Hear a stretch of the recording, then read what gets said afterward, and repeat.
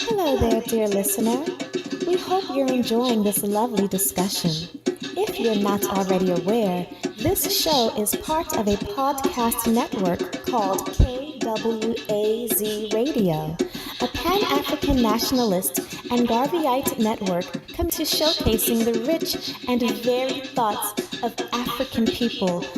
We have an exciting lineup of shows that we think you'll enjoy, including the Bitter Medicine Podcast. I think black people require too much buy-in. Like, we would constantly have to sell black people on things that are beneficial to black people. The Pro-Black Perspective Podcast. I'm fearful that our people are not really studying how to get ahead, and we're kind of, continually staying behind. The Harsh Reality Podcast. It really don't matter. I think people are so dumbed down, it wouldn't matter what you reveal to them. They still are in the matrix. They're in the simulation. They're going to keep doing what they did, they lemmings. So it really don't matter, man. The Learning Curve Podcast. Sexual access has never given you economic empowerment. The only person who has ever been economically empowered by a sexual relationship is the wasp and his woman. The Cathedral Cheek Show. When we start rising up to fight for our own, I guarantee you they'll stop doing what they're doing. I guarantee you they would have let their brother go. They was waiting to see what black folks was going to do. Brother Bakari Podcast. Black people love to claim folks that hate them, right? They are slave masters, and they are ashamed of who they really are. The Forecast Radio. Like, if you pray to the same deity as, like, your enemy, and that God blesses your enemy more than you may want to reconsider who you praying to, And Tanzan, African Mind. Because generally a welcoming of everyone. Sometimes to my consternation, I think that they should be less, welcoming. If you love our podcast network, we would be grateful if you could rate and review us on Apple Podcasts. Follow us on social media, like and subscribe to our YouTube channel, and check out our website at www.kwazradio.com for more information. Thank you for tuning in. And now, back to the program. Peace, family. Thank you for tuning in. We're going to be reading some Frances Cress Welsing. This is the ISIS papers. She gave 14 recommendations, or 14, I don't know what you call them, observations. We're going to see if it stands up to the test of time, right?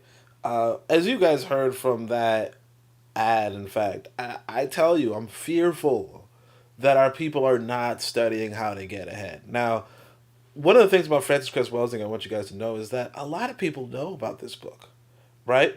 And because a lot of people know about this book, it's one of those books that we're studying to get ahead. But would it bring us ahead? That's really the big question that I hope that I could I could try to answer today. I'm looking at the screen. I see that the texts are a little bit small. The chat is a little small. That's okay. I think I'll fix it maybe next time, because if I fix it now, it's just gonna take everything off the screen. So what I'm gonna do is I'm just gonna read the paragraph before she goes into the 14 recommendations. You guys can see. Hopefully this goes shorter than yesterday.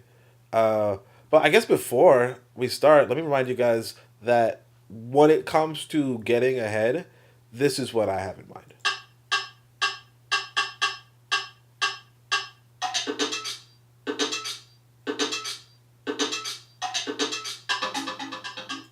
Okay, so let's read it right here. So this is just a preface to what she's about to list. She says, look, what then is to be done? In fact, let's actually just read right here.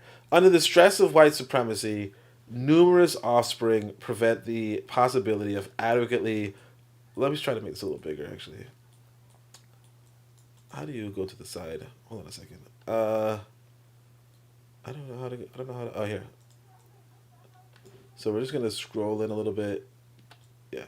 Under the stress of white supremacy, numerous offspring prevent the possibility of adequately meeting the needs of each individual, as each child crowds out the opportunity for emotional nurture of the other.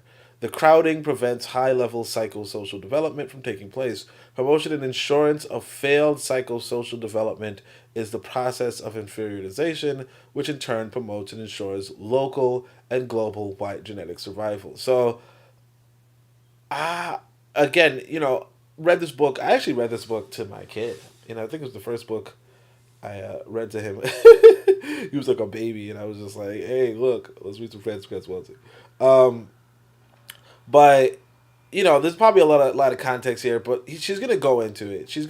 So she says, what then is to be done? What short and long-range strategies and tactics do blacks need to employ in order to neutralize the ongoing white supremacy threats for white genetic survival, which is achieved through black infant, child, and youth inferiorization? As an initial response to this important question, all black people must abandon the illusion of integration and face the difficult reality that most black people prefer to ignore. Here's the reality we most ignore. You do not win a chess game if you have no knowledge of the exact objective and rules of the game. Now, I don't know if we're really ignoring that, but, it is what it is. It is imperative that all black people understand they are not in a benign environment of benevolence and support, and that the surrounding highly structured environment is deadly. Okay? A very specific warfare is being waged against blacks and other people classified as non-whites in this social system. And I want people to realize this, okay? Get out of their social system. Get out of their social system. And nothing. You get nothing of theirs. But I'll keep going. Further, all must understand that the specific war is racism for the purpose of white genetic survival. And again, here it is like, oh my gosh, they're looking for white genetic survival.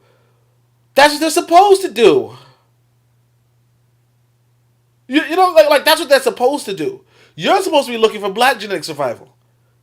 So this is by any and all means, necessary means, inclusive of chemical and biological warfare. Chemical warfare is designed to drugs, such as crack and PCP. Biological warfare entails the production of cultural and ethnic organisms and viruses such as AIDS, right? So the idea is this. White people are trying to survive on this planet like every other species on this planet. You ever look at I don't know if you guys have roaches, but a roach is a good idea. Like roach, yeah. Look at a roach, right?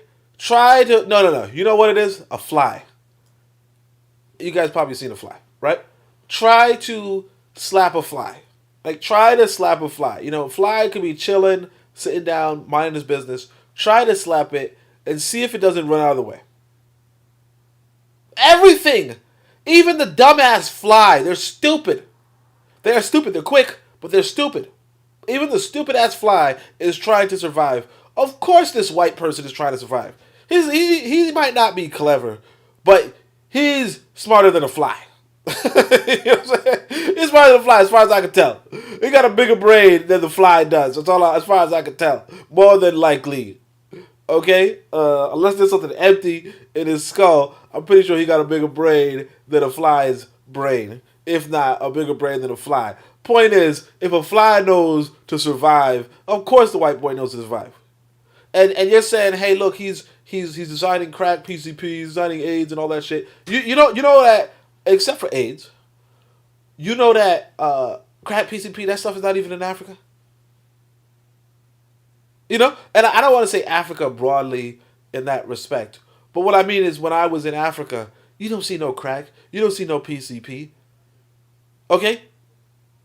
You see maybe a handful of beggars, but not to the extent that, you think it's endemic. I don't know. They do say that the AIDS rate was pretty high, but it was mostly outside of the city and possibly, where the people just, bomb. But, to say, oh, well, it's white genetic survival, let me say this, okay? We're going to talk about it, all right? We're going to talk about it. Let's go. So additionally, black people must recognize. Black people must recognize. Let me just make my text a little thing. I'm just gonna make this window a little bit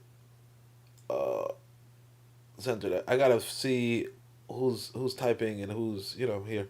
All right. So the war of white genetic survival achieves a major effect through inferiorization. So he says, additionally, black people must recognize the following points.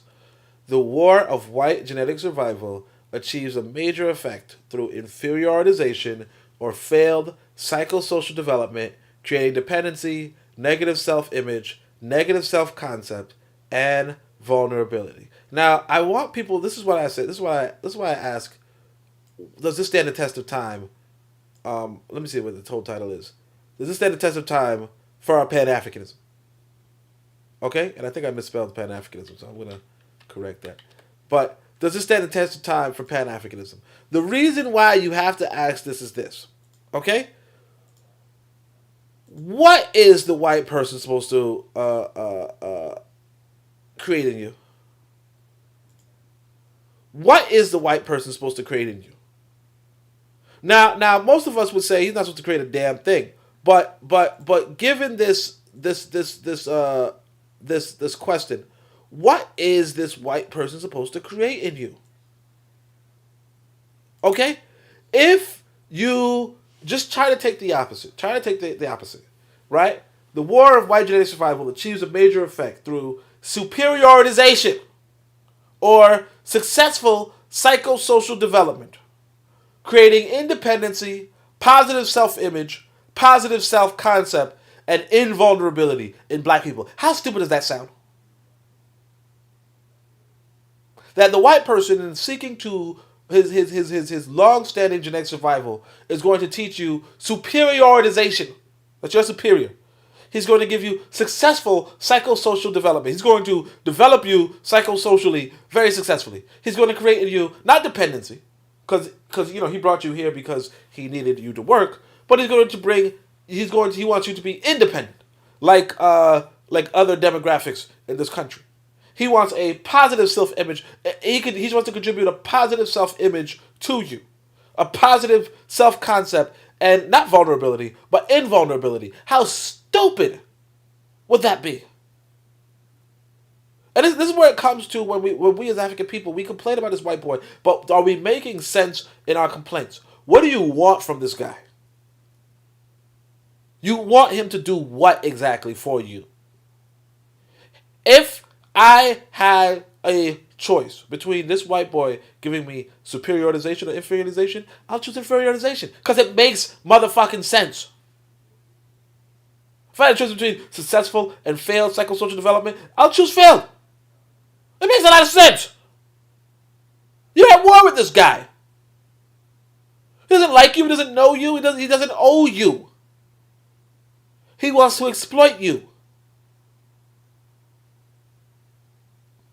Whatever positive self-image you have, whatever positive self-concept, he wants to use that too.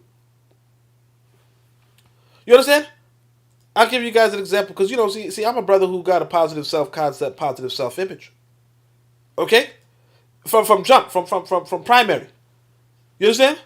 So in high school, I was pretty good at math, This boy did not want to, this white boy did not want me to sit down in the same classroom as this white boy, as white children. But I ended up sitting there anyway. Right? I had a positive self-image. This white boy said? He said, look, Oni, we could use you in physics.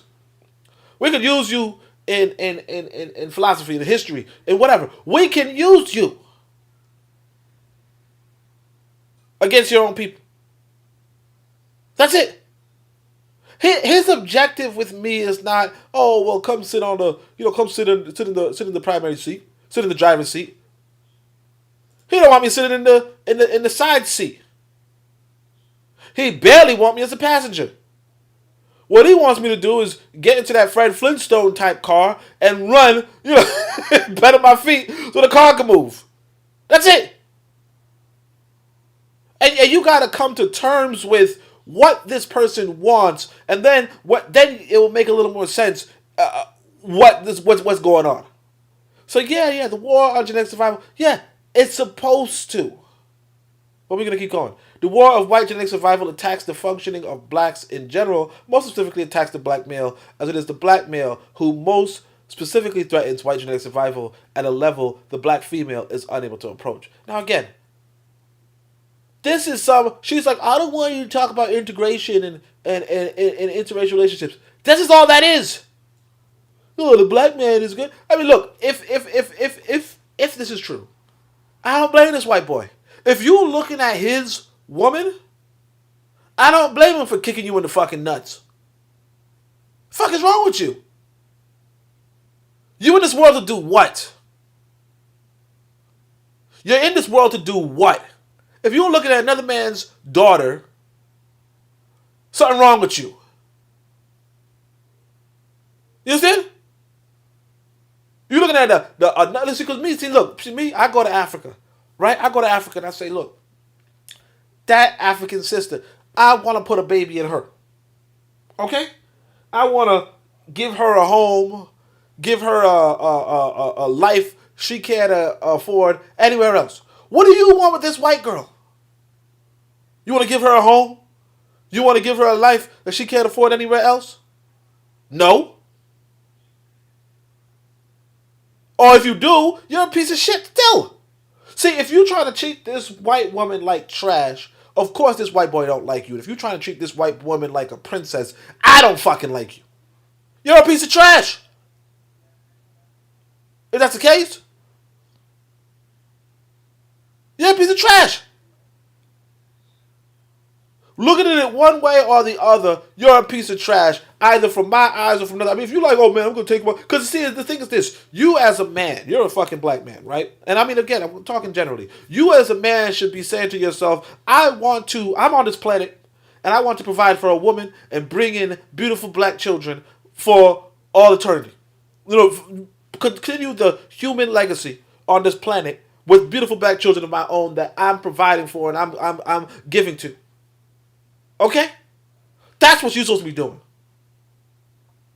Now, you messing around with this white girl, how are you fucking doing any of that? What are you fucking doing? Why should the white man look at you favorably while you messing with his daughter? You're not trying to give her a good life.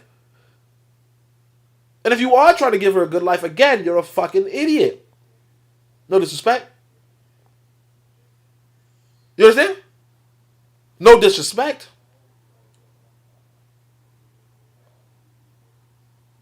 And I want people to get that. I want people to really grasp that, really sit down with this. This whole shit of, oh, well, the black males, because he threatens white genetic survival. There's no way, because see, I don't threaten no white genetic survival. I don't. I can't even sit next to a white woman. And here's the thing, too. Here's the dumb thing about it. Look, even if you have a baby with a white girl, she can still have a baby with a white man. So what the fuck are you talking about?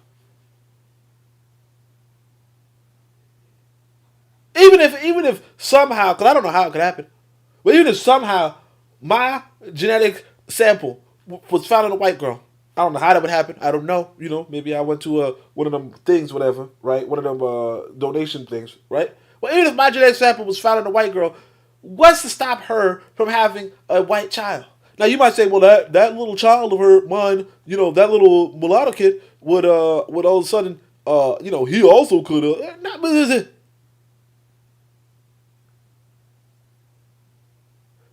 The thing people don't realize is this. White replaces black. See, Frances Cress Welsing's mentality is this. One drop rule. See, because she's a nearly foolerite. Okay? She's a nearly foolerite. And so, nearly fooler is like, he doesn't use the word black, he uses non-white. You peep it, sometimes she says non-white. He uses the word black, she's non-white, because he's not black. And I don't know why Frances Cress Welsing chooses to listen to somebody who's not black, telling her about what black people can and can't do. But that comes back to one of our problems as a people. We let anybody in. We let anybody say, oh, I'm black, and then all of a sudden, it is what it is.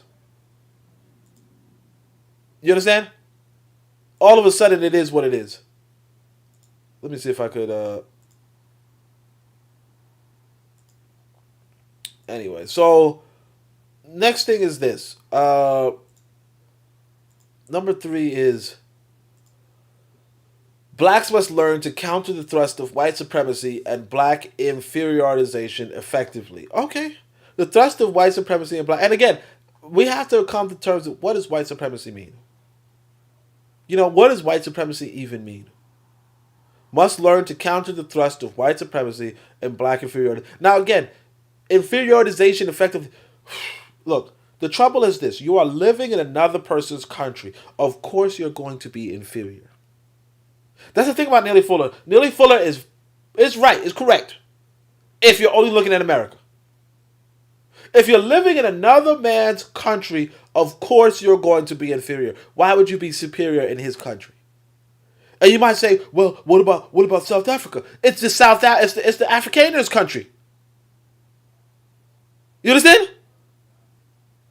When you see that they are in all the positions of government, it's the Africanist country. It reminds me of this video I just saw of Ugandan President Idi Amin. I feel like I should pull it up, but it's hard to pull up things on the computer because I'm not on X on the computer. But there's this video. You guys check out my my X account, right? At Onitaset. Look at that account. There's this video that I think I published, and I put it on the Discord too, so check out the Discord if you want. And it's Idi Amin, and they're like, hey, Idi Amin, you took all the land from the Asians. Why'd you do that? And Idi Amin says, they had 99% of the economy. They had 99% of the economy. So even though my army put me into power, the political power, they had 99% of the economy. So I kicked them out. Now here's the difference. If some people have 99% of your economy and you don't kick them out and you don't take it from them, then it's not your country. It's not your country because part of the whole goal of your political apparatus is to stabilize your fucking economy. If you're not using your politics to stabilize the economy, right? If you're not using your politics, now just follow me here. If you're not using your politics, okay, to govern your economy, right? Then, in fact, I can't even imagine a situation where you're not using your politics to govern your economy. So what I'm saying is this: when 99% of the people, 99% of the economy is owned by another people, your politics is defending those 99% of the people. You understand? But here you have in America, you're talking about white supremacy. It's their country. What are they supposed to be? They have 99% of the economy on lock.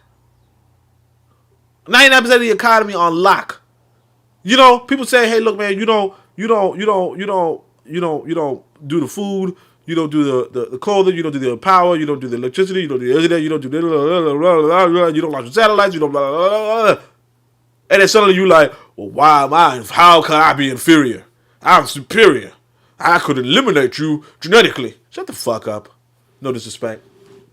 Fucking interracialist, misogynist, POS is what I'm gonna say.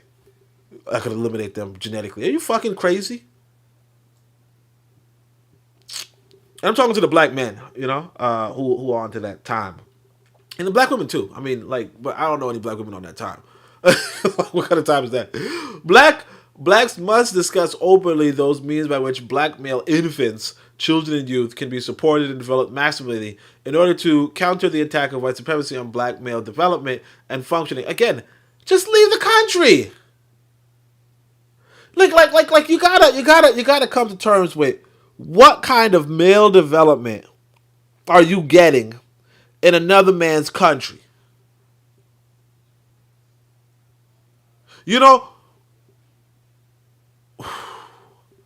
Let's put it this way. Police come into the, something's going down. Police come inside. What are you supposed to do? Or a police officer says, get on the ground. What are you supposed to do? So a man comes along and tells you, get on the ground. What are you supposed to do? And I'm not saying that there's no police officers anywhere else in the world. But again, you're talking about a white police system. You're talking about a white judicial system. You're talking about just a white system in general. You know, who's the judge? When you go into court, you tell the guy, Your Honor. You know what I'm saying? When they play their national anthem, you there standing and saluting. Young people standing and singing. But you want to be the man in the situation? How are you the man in the situation? How are you, as a man, being developed? Because, see, when you think of what a man is a protector.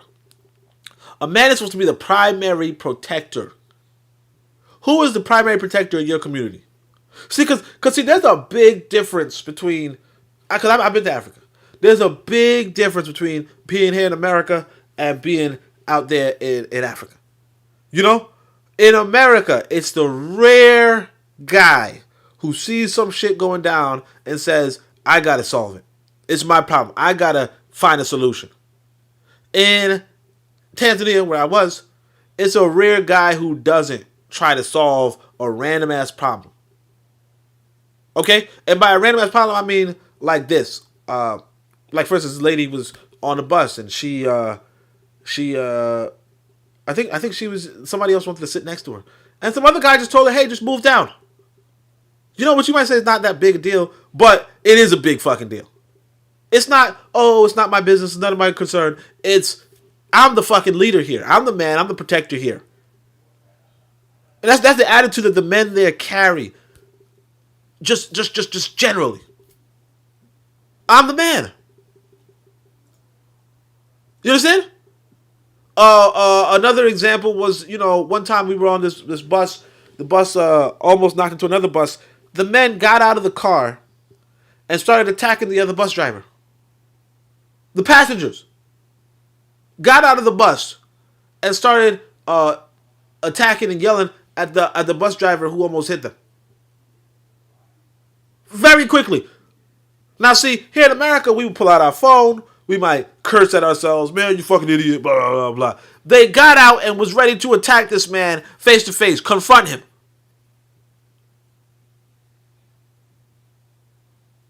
I'm telling you. So when you're talking about the maximum development of a black person, of a black man, you're talking about going to a black country. And if you're trying to get the maximum development, no, you try it. There's this book in America called Native Son. Okay? Written by Richard Wright. The main character is called Bigger Thomas. Okay? Bigger Thomas was considered the angry black man before Malcolm X was the angry black man. And, but this is, of course, a literary character. And the whole idea is that, that Bigger Thomas, somebody was doing an introduction to that book. They were like, that Bigger Thomas is the person who gets killed. Like, sure, you got those angry, aggressive black men. There's this idea, there's this documentary, I didn't watch it. There's a documentary called Kill the Brutes, where the whole objective of, Westerners is to kill the brutes. You kill the brutes or whatever, right? They didn't kill the brutes in Africa. Or the brutes can develop, and they're not brutes like, they're just attacking people randomly and so on and so forth. But they're brutes like, you know what? I'm going to stand up for what's mine and me and my people at any given moment. At the drop of a hat. Unlike here in the West where it's like, hey, you know what? Let's get the police to handle it. Or, hey, you know what? Let's record this so we can show the police later. Or, some shit like that. They're the primary protectors. And you got, and so, if you want to discuss this openly, you got to say, look here, real talk. Go to Africa. But let's see, black male infants, children, and youth need their fosters constantly present to support the behavior and identity of black male children. And because of the historic removal of black fathers from homes, classes are needed to promote high-level functioning of black males in their roles as fathers. Now, again, plenty of black children with fathers. A lot of those fathers ain't no fucking good. Because again, I'm telling you, you're in a situation where how good can you be? How good can you be? How good can you be? And I'm not saying that there are no good people. There's no possibility of having good people. Of course, there's a possibility, right? But you know, you have, like, this is the trouble with our people, right? Is that we are, and you're going to see a lot of this is kind of unrealistic. This is why I'm actually even reading it, right? But one, look here. Like just look at this logistically. Look at this practically. Because sometimes people say, hey, man, all of us can't go to Africa. A lot of us can't go to Africa. No. Of course not. But here's the thing. You talk about logistics when you say you can't go to Africa, but somehow you could give everybody classes on Black fatherhood. How? You could get everybody enrolled in an educational program on Black fatherhood. Okay? And so let's just be realistic. You have Black male infants, children, and youth need their fathers constantly support the behavior and identity of Black male children. Okay, here's what it is. A lot of Black fathers are unintentionally Black fathers.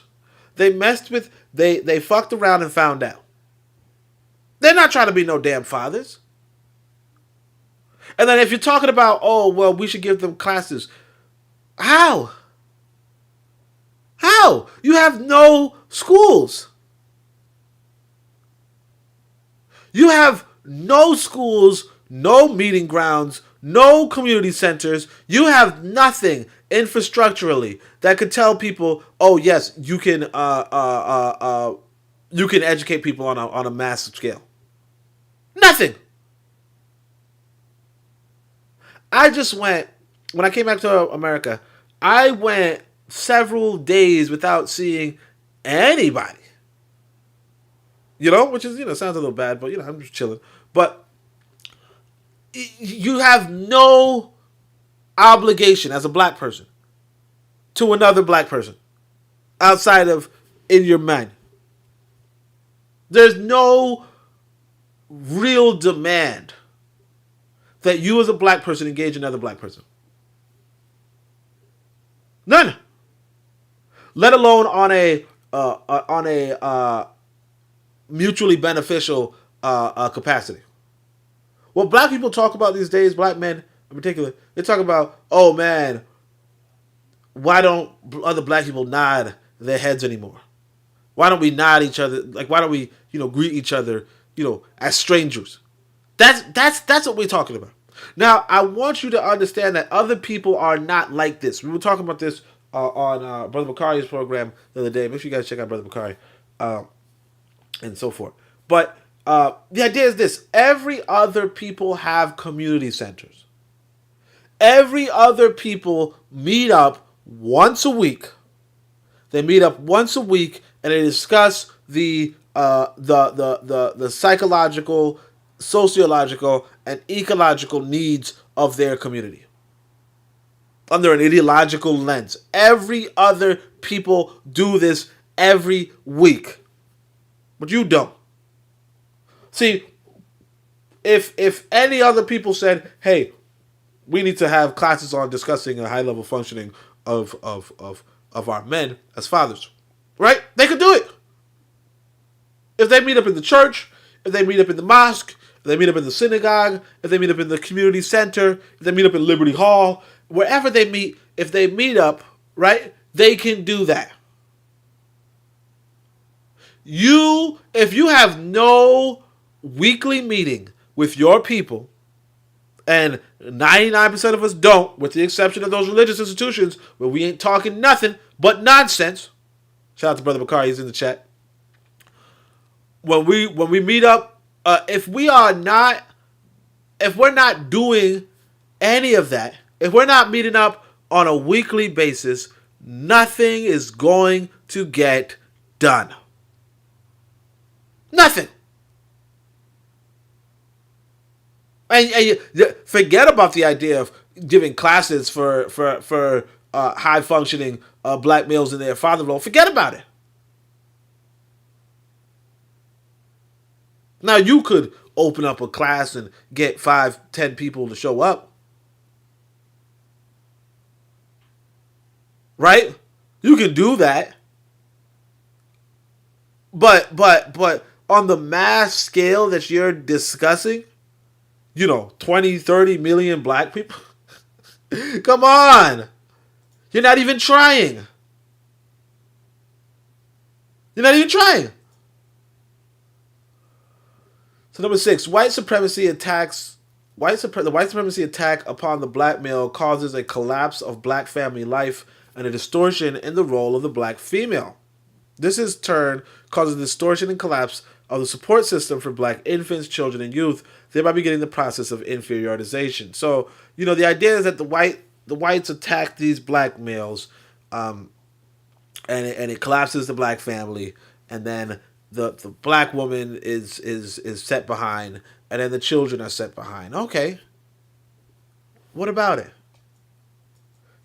Again, I don't know what this white person is supposed to do. I don't know what he's supposed to do. Is he not supposed to collapse your families? Again, your collapsed family is good for him.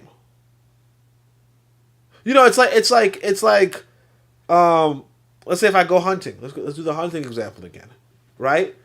In fact, I'll say it this way.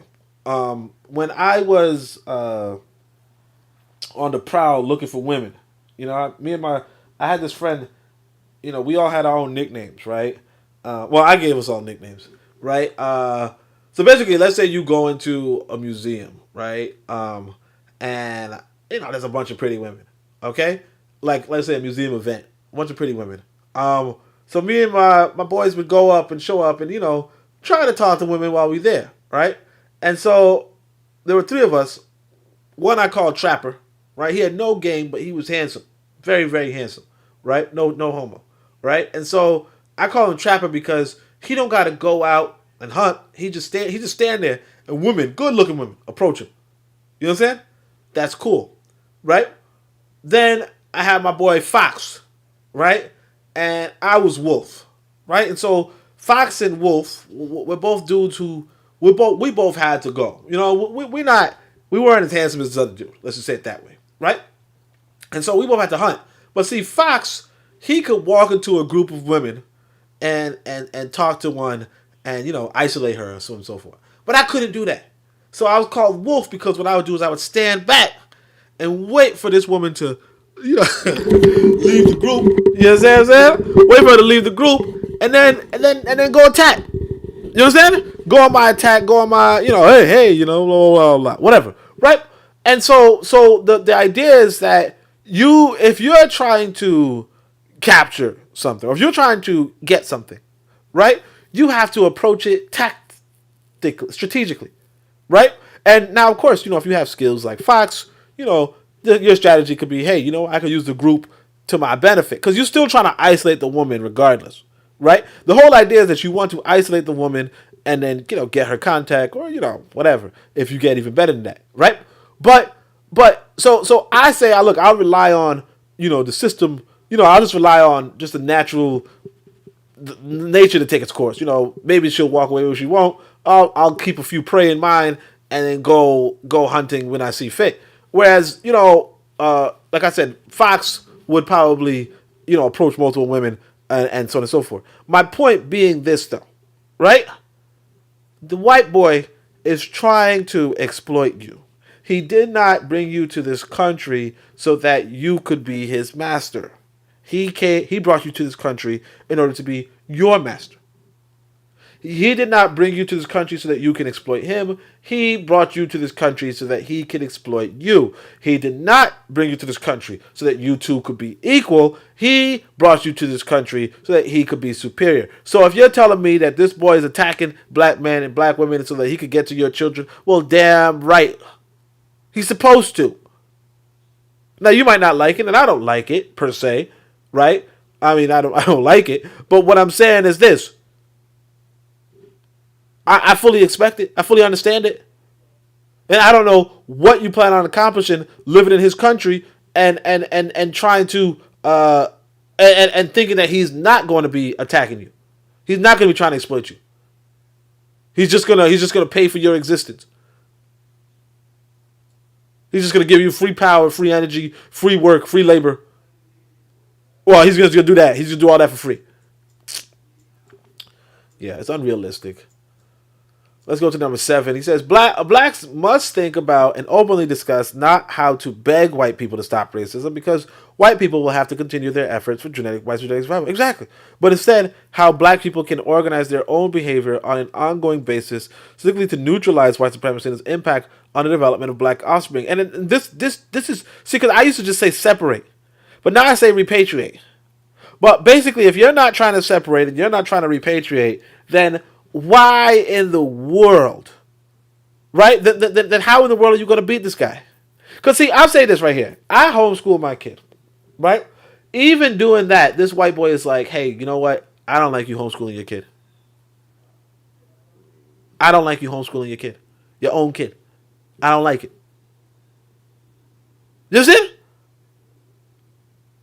Basically, as long as you are in his country, you are subject to his laws. And his laws are not in your favor. His laws are in his favor. They're supposed to be. Now, if his laws are in his favor, right? How are you going to do, like, this whole development of black offspring?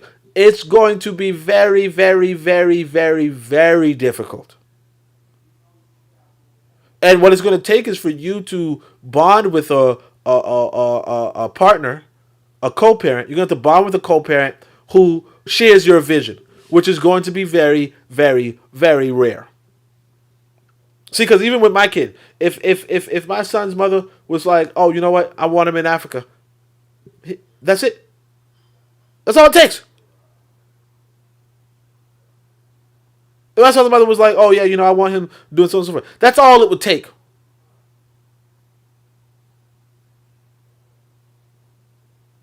You have to find that partnership. And if you don't find that partnership, look, you're in real big trouble. I'm in big trouble. You understand? I'm in big trouble. So I'm not telling you what I think. I'm telling you what I know. It says it's futile to beg white people to give grants and funds to foster the maximum development of black people. To do so is to ask white people to commit white genocide. So this is basically her saying, don't go for reparations, stupid. She said it's futile to beg white people to give you money for your development. Because they're looking out for themselves. But this is why I still do not understand why she doesn't just say, hey, leave the country. Now, you might say, well, look, logistically, we can't all leave. Okay, don't all leave. Leave by yourself. Like, if you're looking for the maximum development of yourself, leave by yourself. The thing is this, you cannot save everybody. You got to come to terms with, you cannot save everybody. In fact, you can't save anybody but yourself. But your child. But see, even me, like I told you guys, even me, I have trouble trying to save my own child. You understand that? I'm telling you guys right now, look, I got me a house in Africa. I have me a house in Africa. The life I was living, let me tell you guys this, all right? I set it up so nice where I don't got to pay for nothing. Everything pays for itself. I got me a black business going on down there where I'm feeding people. You know about the restaurant. I got a black business where I'm feeding people, and the money, the revenue from that business, right, goes into my food at home, goes into my electric bill, goes into my water bill, goes into my internet bill. Everything pays for itself. I do not have to work another fucking day of my life. I just need to manage a business, and I already have a manager managing my business. So I don't even have to work another day in my life. For the rest of my life. On top of that, I can work, make a bunch of money. Okay? I can work, make money, put that money into whatever it is I want to do. I can sit back and invest passively, or just save up, have savings, and enjoy my life. Passively. That's the maximum development right there. That's the maximum development there. But even with that sort of a good life, I can't even pull my kid out because I'm subject to the laws of the United States of America. You understand? So I could save myself. I could save the woman that I want to live with. But as long as I'm subject to the United States laws, the laws that govern America, as long as I'm in America, I cannot save anybody else because the laws are not for me. So you got to say to yourself, how can you save yourself and then save yourself? Stop trying to fight a country that's 10 times the size of you. And I'm not in 10 times. I don't mean I don't mean that as an accurate estimate. It's probably 1,000, 20,000, 100 million times stronger than you. My point is this: stop trying to save everybody. Save yourself. That's all. That's the only person you can save anyway. And even Nelly Fuller Jr. is telling you that. Nelly Fuller Jr., if you look at his literature, he's like, hey, the only people that can save you is white folk. and he's talking about America. But it's like, you got to understand, if you really do the math, if this white boy wanted to change something, he could change something. If the white government wanted to change something, they could change something. They do not want to change something. And here's the thing, too. If these white people wanted to sabotage something, they could sabotage something. UNIA going on. They sabotaged it. Black Panther Party. They sabotaged it.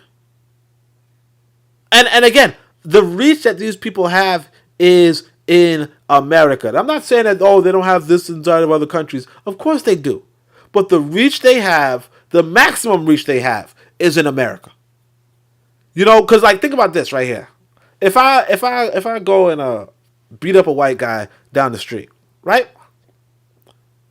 It probably be on camera, right? You think so?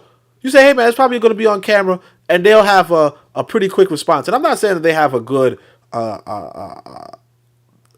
record of how to find people, because they don't. A lot of people get away with crimes in America. They say about maybe 60%, I think. I don't know. But here's the thing: I beat up some guy, and so on and so forth. It's recorded because of the satellite, blah blah blah blah. Right? Not satellite, but like the traffic lights or whatever. Right? In Africa, you don't have that sort of electrical grid. You don't have that kind of electrical, surveillance system. I tell you, the first time I went to Ghana, I was like I started having nightmares. Not nightmares.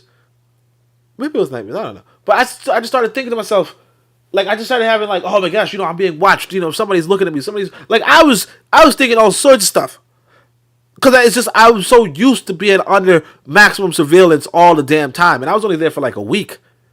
But it was just such a relief to not be under surveillance. And of course, you could not be under surveillance here in America. I'm not saying that that's not impossible.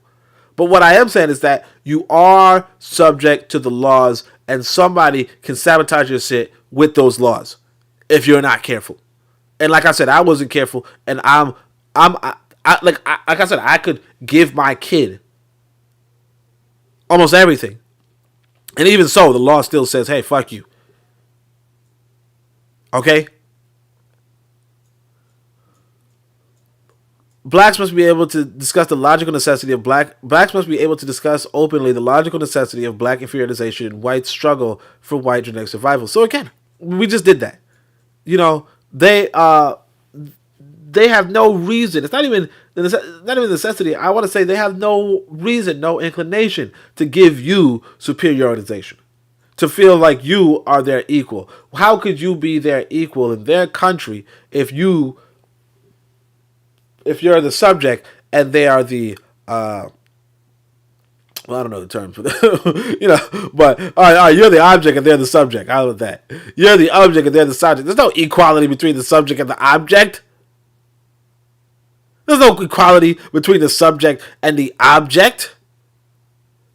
So number 10, the singing of We Shall Overcome will not combat white supremacy or black inferiorization any more than singing any song will help to solve a problem in medicine or physics. Okay, yeah, well, I agree with that. The singing of, but okay. I don't know. It's a lot of this stuff is just put in.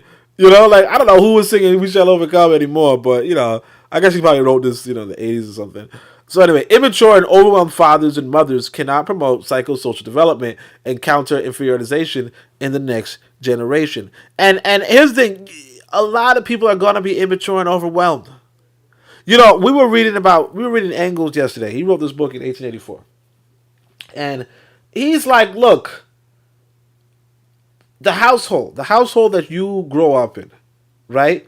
And the household that you are working in, if your woman is working too, like if you're a man and you're working with a woman and your woman is working too, there's gonna be a problem with regard to the domestic situation.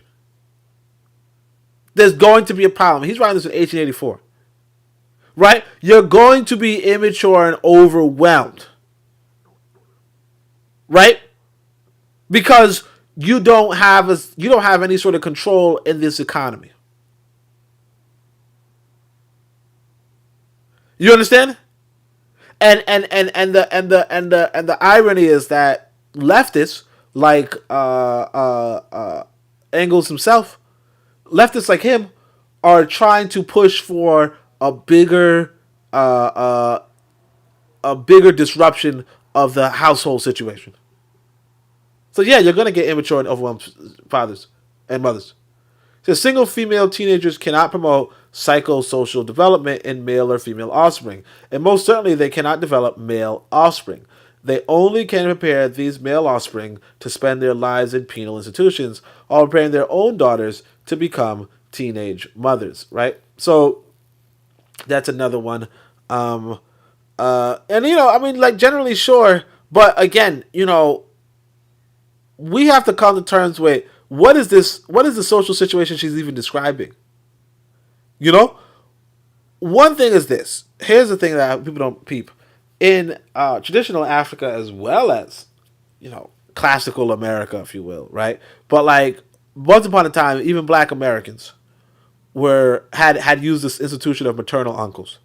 Maternal uncles basically means the mother's brother. The mother's brother was a male, was the male figure in his nephew's life.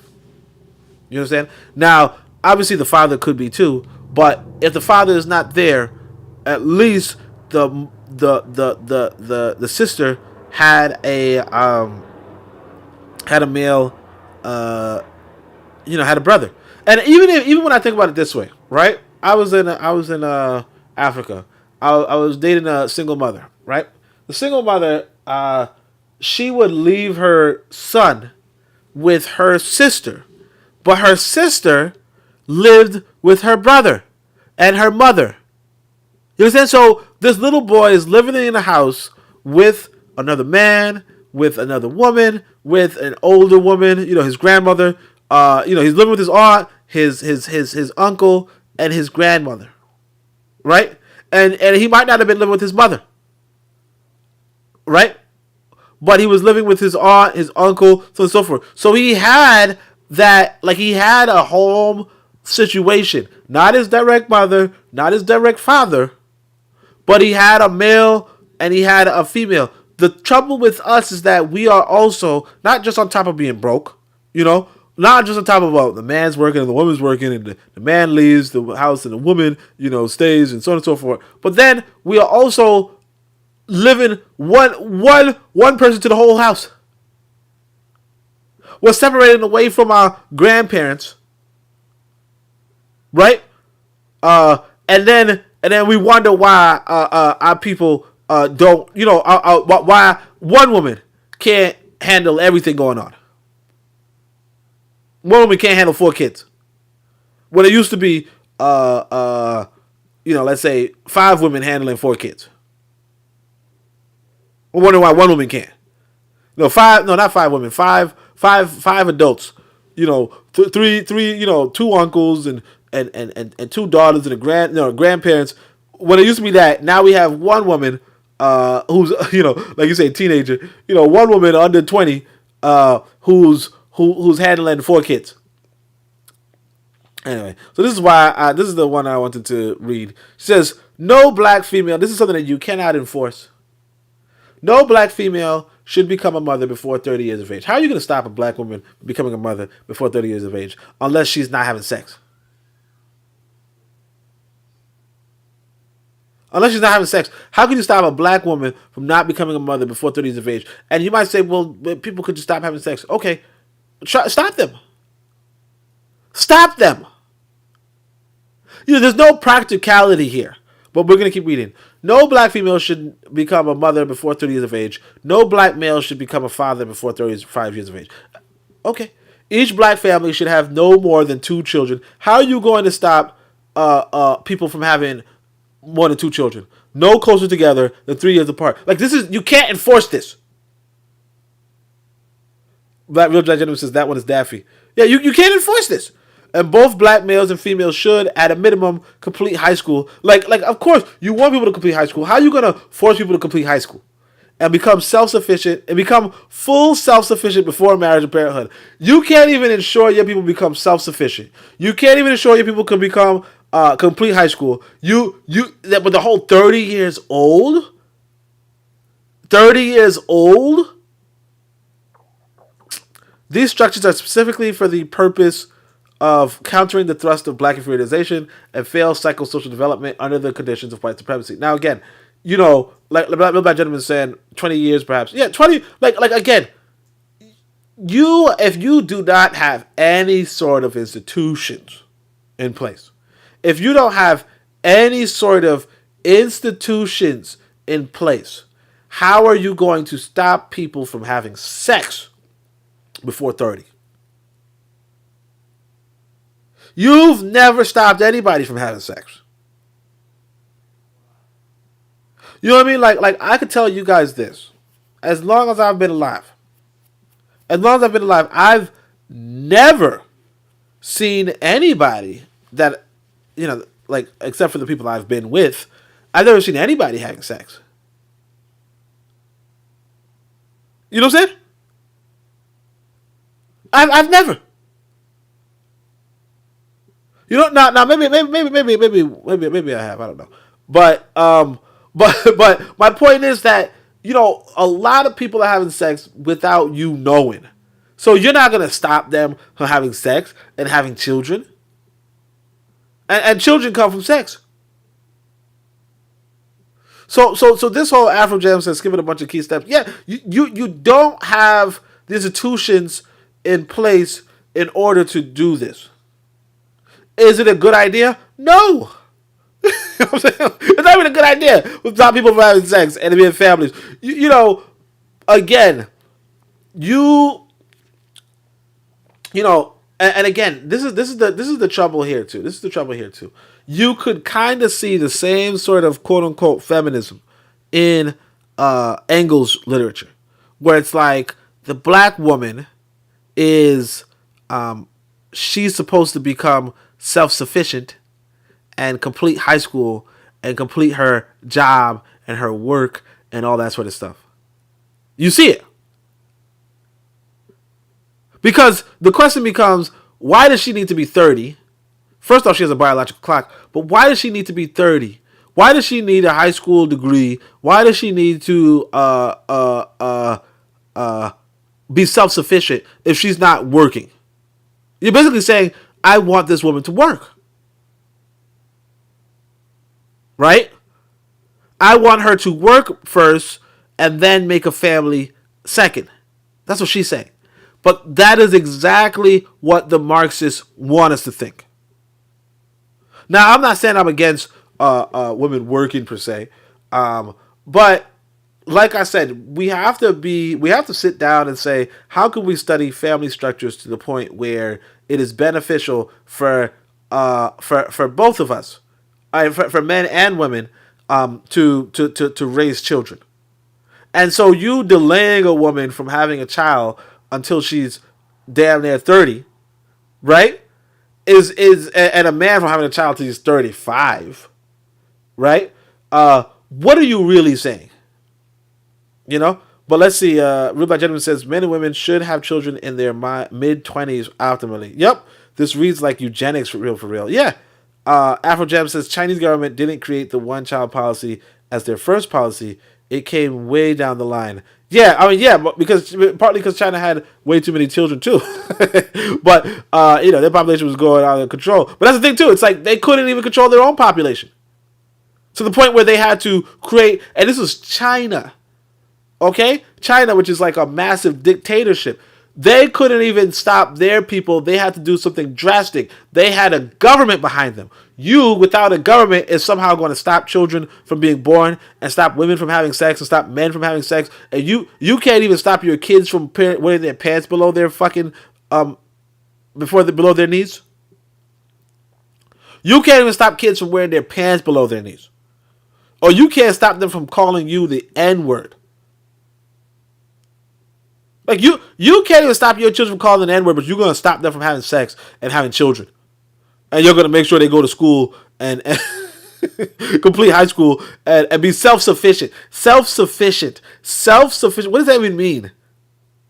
What does that even mean? Self-sufficient. Come on. 30 for a woman is borderline menopause. It's borderline menopause. I'm not saying that, she can't have 2 kids before she's 40, I'm guessing. I'm not saying she can't, because obviously she can. But as difficult as it is to find relationships, and then here you have this woman, and again, I want to just stress for you guys again. What if, let's just entertain it. What if these socialists were telling us, get the women in the public industry, get the women in the workforce, get them in the workforce, and they'll be happier, and they'll be freer. What if that's not true? So like I said, I was in Africa and I had this good life. Now the woman that I was living with, she was technically the manager of the restaurant. Yeah, I'm that guy. No, I'm not that guy. But anyway, but she was technically the manager of the restaurant.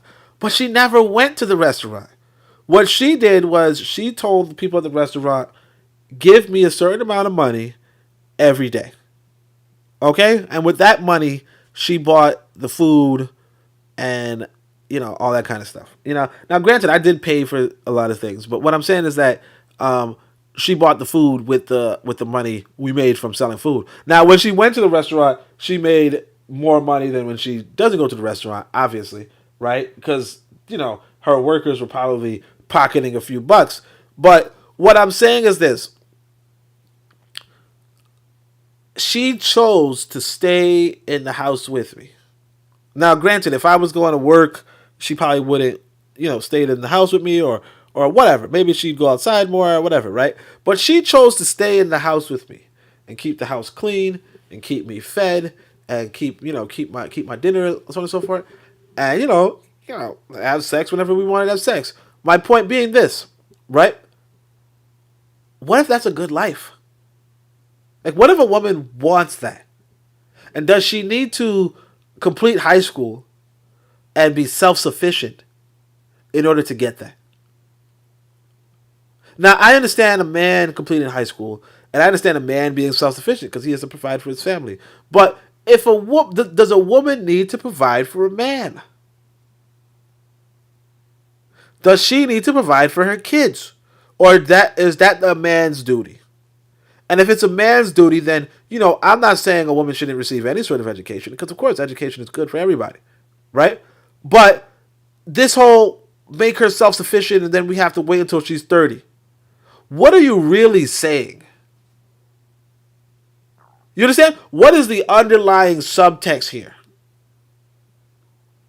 Afrojam says, Welsing was part of the anti-racism movement, not even really civil rights, black power movement. That whole constant drumming about the phrase racism and white supremacy comes out of universities. Yeah, but it's like, and you see, this is the university talk too. It's like, you have these women who are highly educated, and I don't even know if Frances Cress Welsing even has any children. I don't know if she does or not. I'm just saying I don't know, right?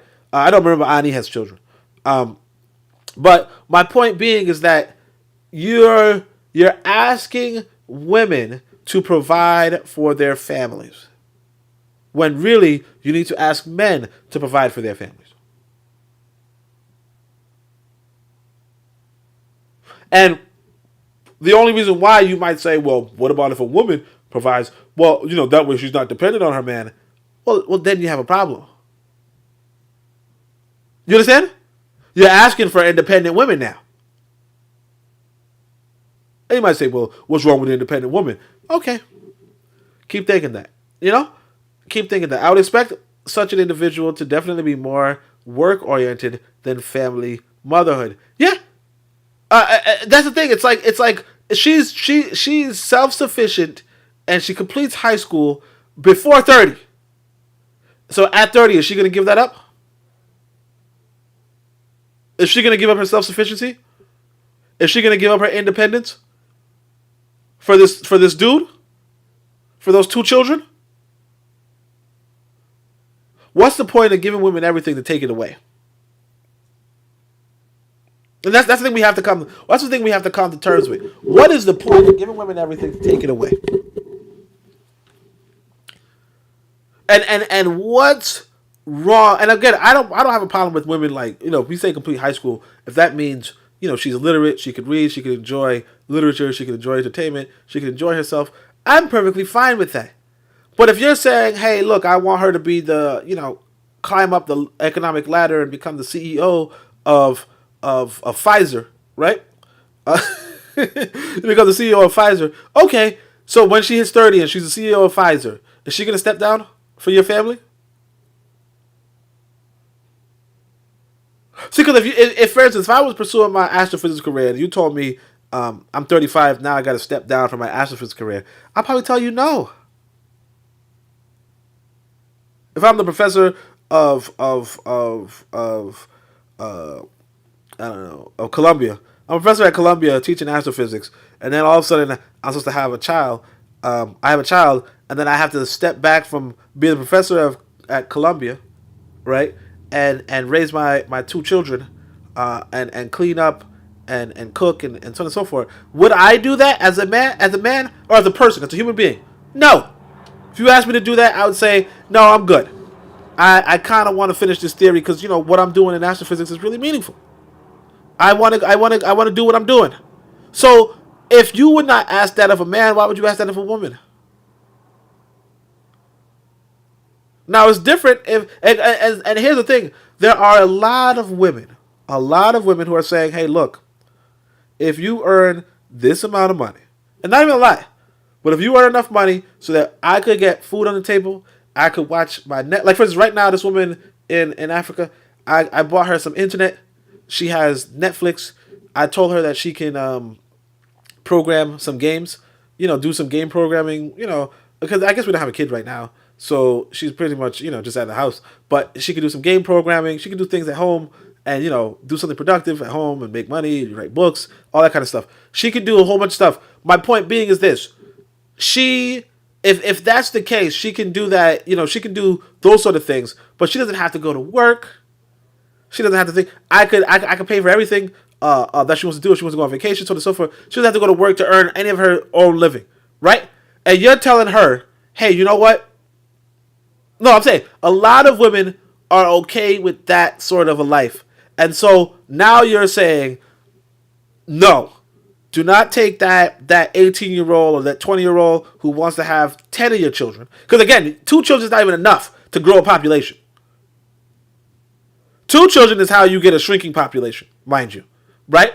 Because you need like 2 point something children in order to grow a population, especially because children can die, right? But then if you are as a man, if you're a human being, want your genetic material to propagate, right? Then you're going to want to have more than 2 children or more than 3 children, right? But my point being is this, right?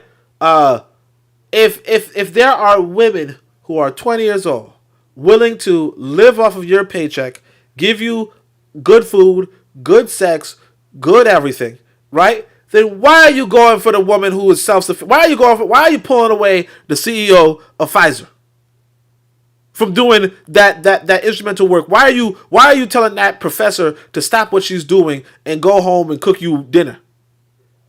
Let her do her physics. Because she's going to be wanting to do physics. Because again, children take 18 years. Pregnancy puts a woman through serious pain.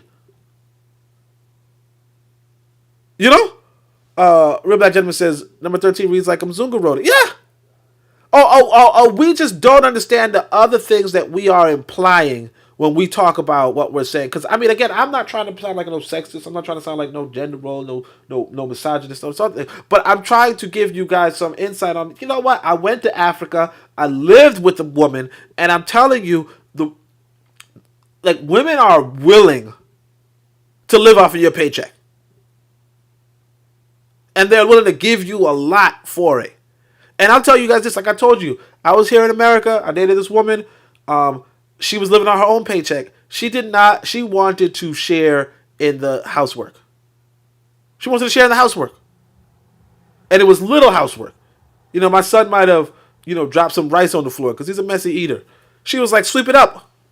It's not that serious that I have to get out and do what I'm doing. I was watching Netflix. I ain't going to hold you guys. But it's not that serious that I should stop watching Netflix so that I should sweep this floor. But she was like, no, you sweep the floor. I do, And it's like, look. But here's the difference. I'm with this woman in Africa. She's on my paycheck. Okay? My son drops food on the floor. She's not happy about it, but she cleans it up. Or when I say, okay, man, my son messed up, let me go grab my broom because she's taking too long to clean it. She says, no, I'll clean it. Pretty much, without saying it's the least I could do, but pretty much saying it's the least I could do. And we got to understand that that's a thing. Sorry, let me see the comments, though. Welsing was part of the whole constant, yeah. So I would expect such an individual to definitely be more work-oriented than family motherhood. And so Afro says, once people get a taste of power and or the high life, most won't give it up for shit. Yeah, they won't give it up. And the thing is, this is like, and I'm not saying that women shouldn't be in that situation if they want to be. If a woman wants to go on the fucking front lines of a war, of a battle, let her go. But I'm not going to be telling women to go to the front lines of a battlefield. I don't even want to go to the fucking front lines of the battlefield. Only reason why I would go to the front lines of a battlefield is so that a woman doesn't have to. So that a child doesn't have to. I don't want to go to no fucking front line of no fucking battlefield.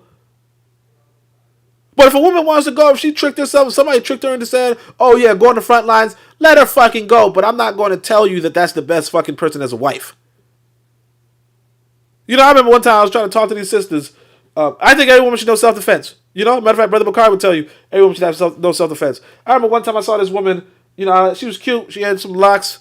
I tried to talk to her. I said, hey, what do you do? She's like, oh, I'm an MMA fighter. I said, well, okay, that's cool. Have a nice day. I'm not trying to mess with no fucking MMA fighter. And look, I don't fucking hit women. Okay, I don't hit women, so it's not a matter of, oh, she's going to hit me back harder. No. It's just, I don't have to deal with no motherfucker, aggressive-ass motherfucker, testosterone woman. I don't have to deal with it. You know what I'm saying? It's not because I just don't want to, because I don't want to be in a position to have to defend myself against one. Because see, I can always defend myself against any normal woman. I can just step away. This woman can probably chase me down. You know what I'm saying? If I start running, she can chase me down. You know I ain't trying to do that. So that's a whole other thing. So anyway, Little Carter says that phrase "racism, white supremacy" comes from Neely Fuller Jr. From my understanding, yeah, this is Neely Fuller Jr.'s #1 disciple. Frances Cress Welsing is his biggest disciple. She pretty much put him on the map. Honestly, he was kind of unknown in the conscious community, and she was pushing his work. She was like, that's the best work on the planet. Afro Jam says black men always do more house chores than other races. Yeah, because we don't earn as much. See, and we also go for this kind of woman. You see how this Frances Cress Welsing is in the conscious community. What she's telling us, this is the conscious community. So she's the voice of the conscious community. She's saying, look, go for your woman who is self-sufficient and independent. If you go for a self-sufficient, independent woman, she's going to tell you to go do some fucking housework.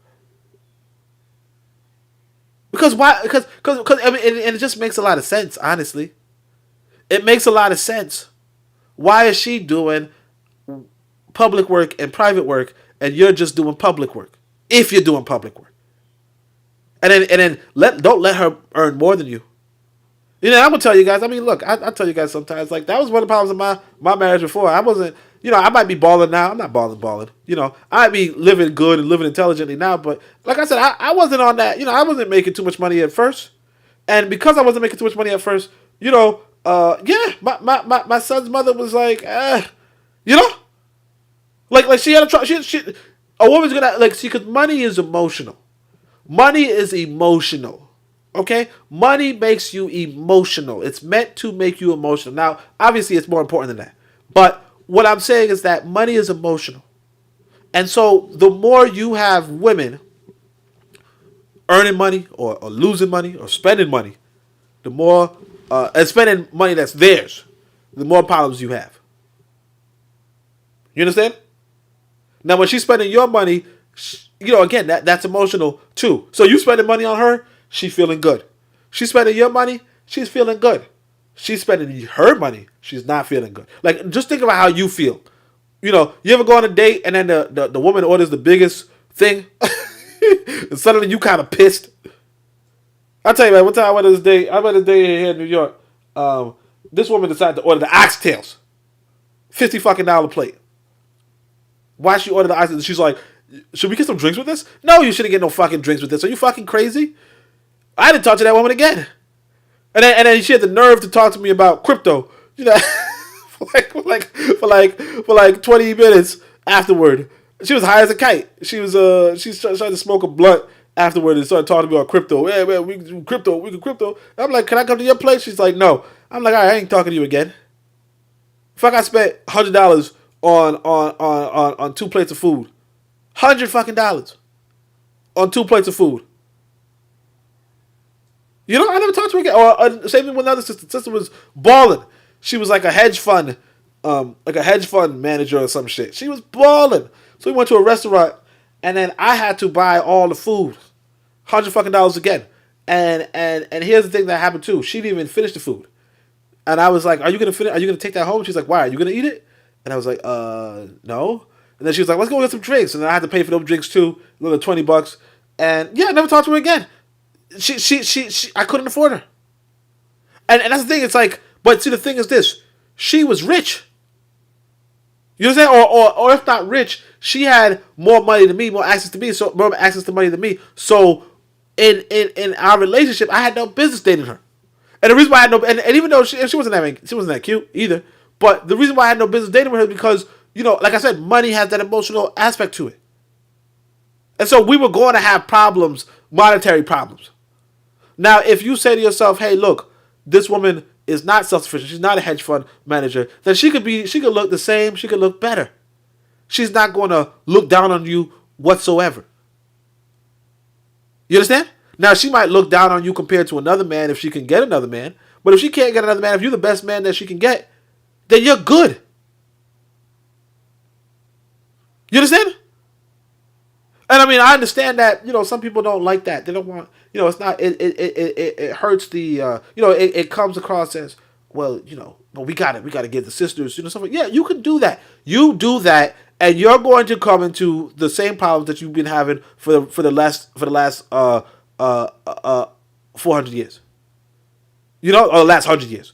Afrojam says there are certain groups where the men don't even wash plates. Man, of course. Like I said, when I was in Tanzania, I don't even know where the fucking soap was. Like I tried to wash the dishes once, and I was like I wanted to text her, the woman, to be like, where's the dishwashing liquid? You know what I mean? Like, where's the dishwashing liquid? I didn't have to wash clothes. I didn't have to wash dishes. I didn't have to mop the floor. I didn't have to wipe off my own table. Everything, all the dishes were clean for me. I never cooked. I never cleaned, and I did pay for a lot of things. Obviously, I bought a fridge. I bought, quite a few things. I bought the house, all that kind of shit. But I didn't have to do any sort of manual, physical labor whatsoever. Brother Carter says, Odie, you better say how much you like Frances Cress Welsing, or the Con-Man community will come after you. Yeah. Sure. I mean, look, man, ain't nobody even very few people ever watch this, so I'm good. They're just gonna tell me, hey, that's why nobody even watches you. That's what they did last time. Brother Carter says Frances Cress Welsing relates everything to sex. I heard her say bullets and football were shaped like penises. She also started, we wipe out white people with sex, turning the world brown. Yeah, I mean, and it's just unrealistic. And that whole, sports, that's like, what are you talking about? It's like you play golf, you see the ball is really small, but when you play bowling, the ball is really big. A black ball was big. No, we play golf, the little white ball is small and tiny, but in bowling, the black ball is huge and it bigs down the white pins. Boom, boom, boom. You know, like what the fuck are you talking about? No, she doesn't be watching. I tell you, man, that's what happened when you Nelly Fuller Jr.'s disciple. It's like, but I mean, I like her. To brother Bakari's bread. I kind of like her. So on and so forth. But that's what I'm saying though. So it's like, I mean, we spent a little time on 13, but let's see. I mean, that's like nearly the last one. But I think it's a really important point that I think I'm starting to see better now because, like I told you guys, I used to be on that. Like I used to study the feminist stuff, and so the feminists would tell you, hey, get the women in the workplace. But the thing is this: some women want to be in the home.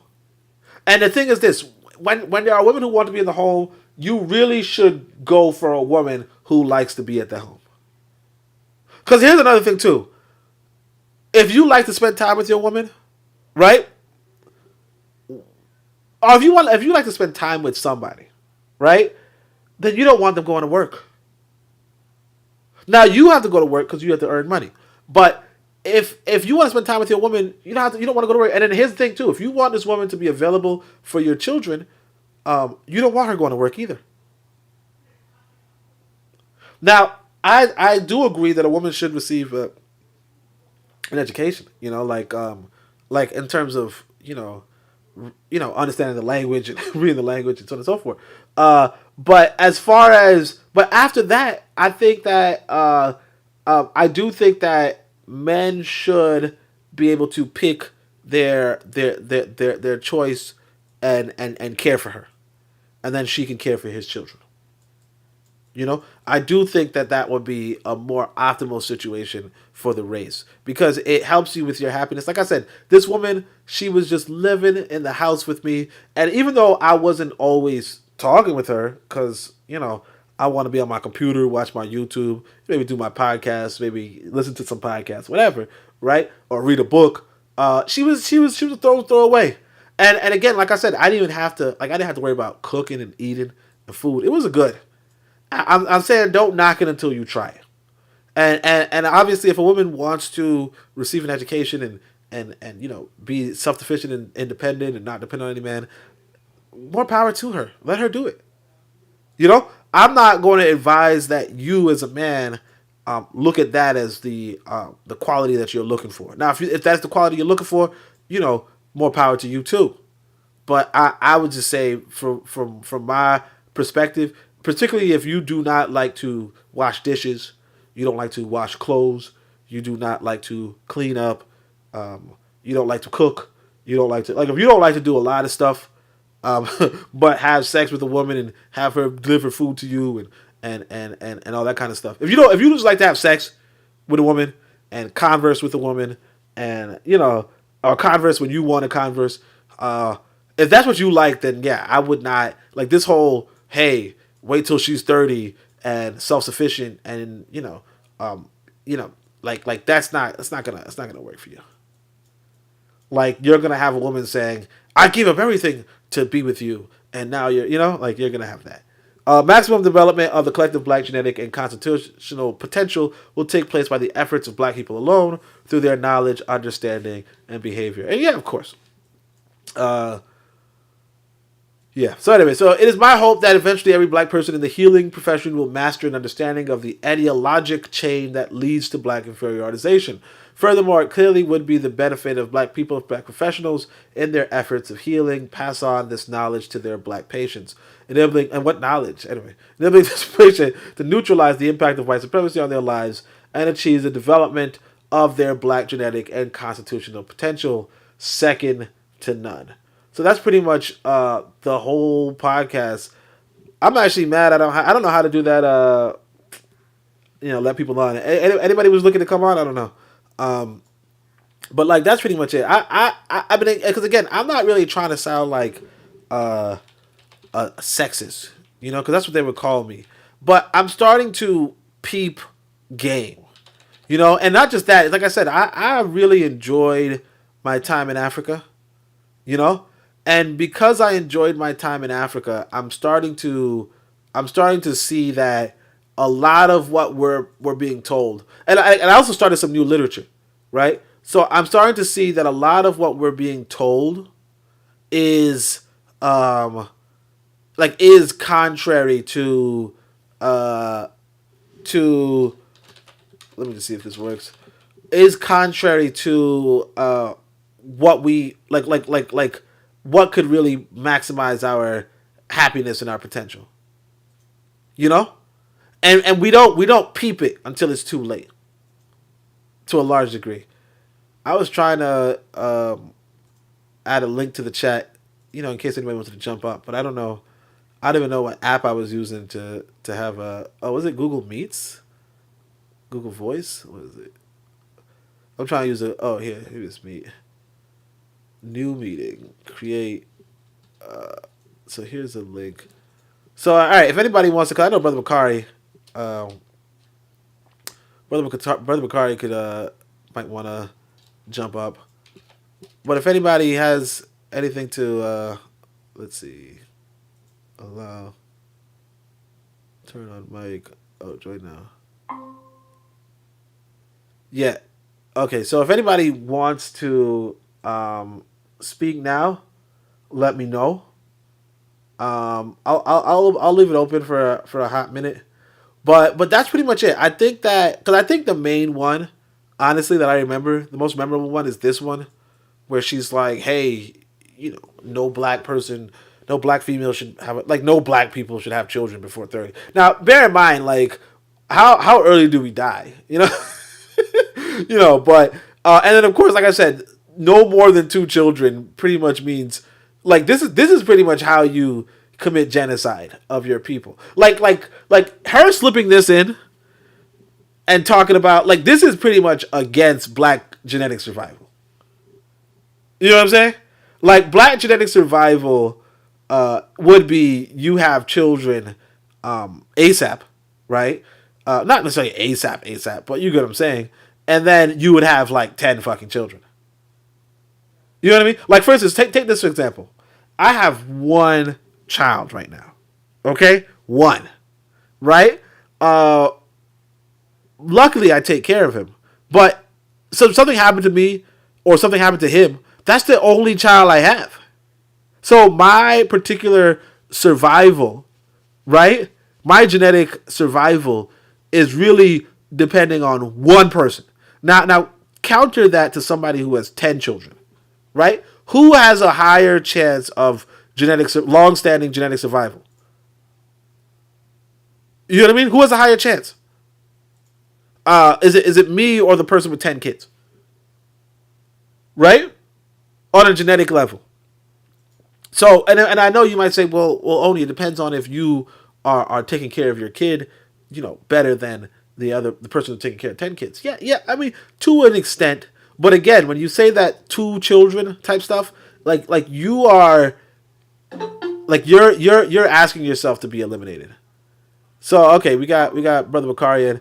Can you guys hear Brother Bakari? What's going on, my man? What's going on, brother? Not too much, man. Glad to be on the panel. Man, it's just such an awesome brother. You said such an awesome what? I say you're such an awesome brother, man. I'm glad to be on the panel with you. Yeah, you joking, but all right.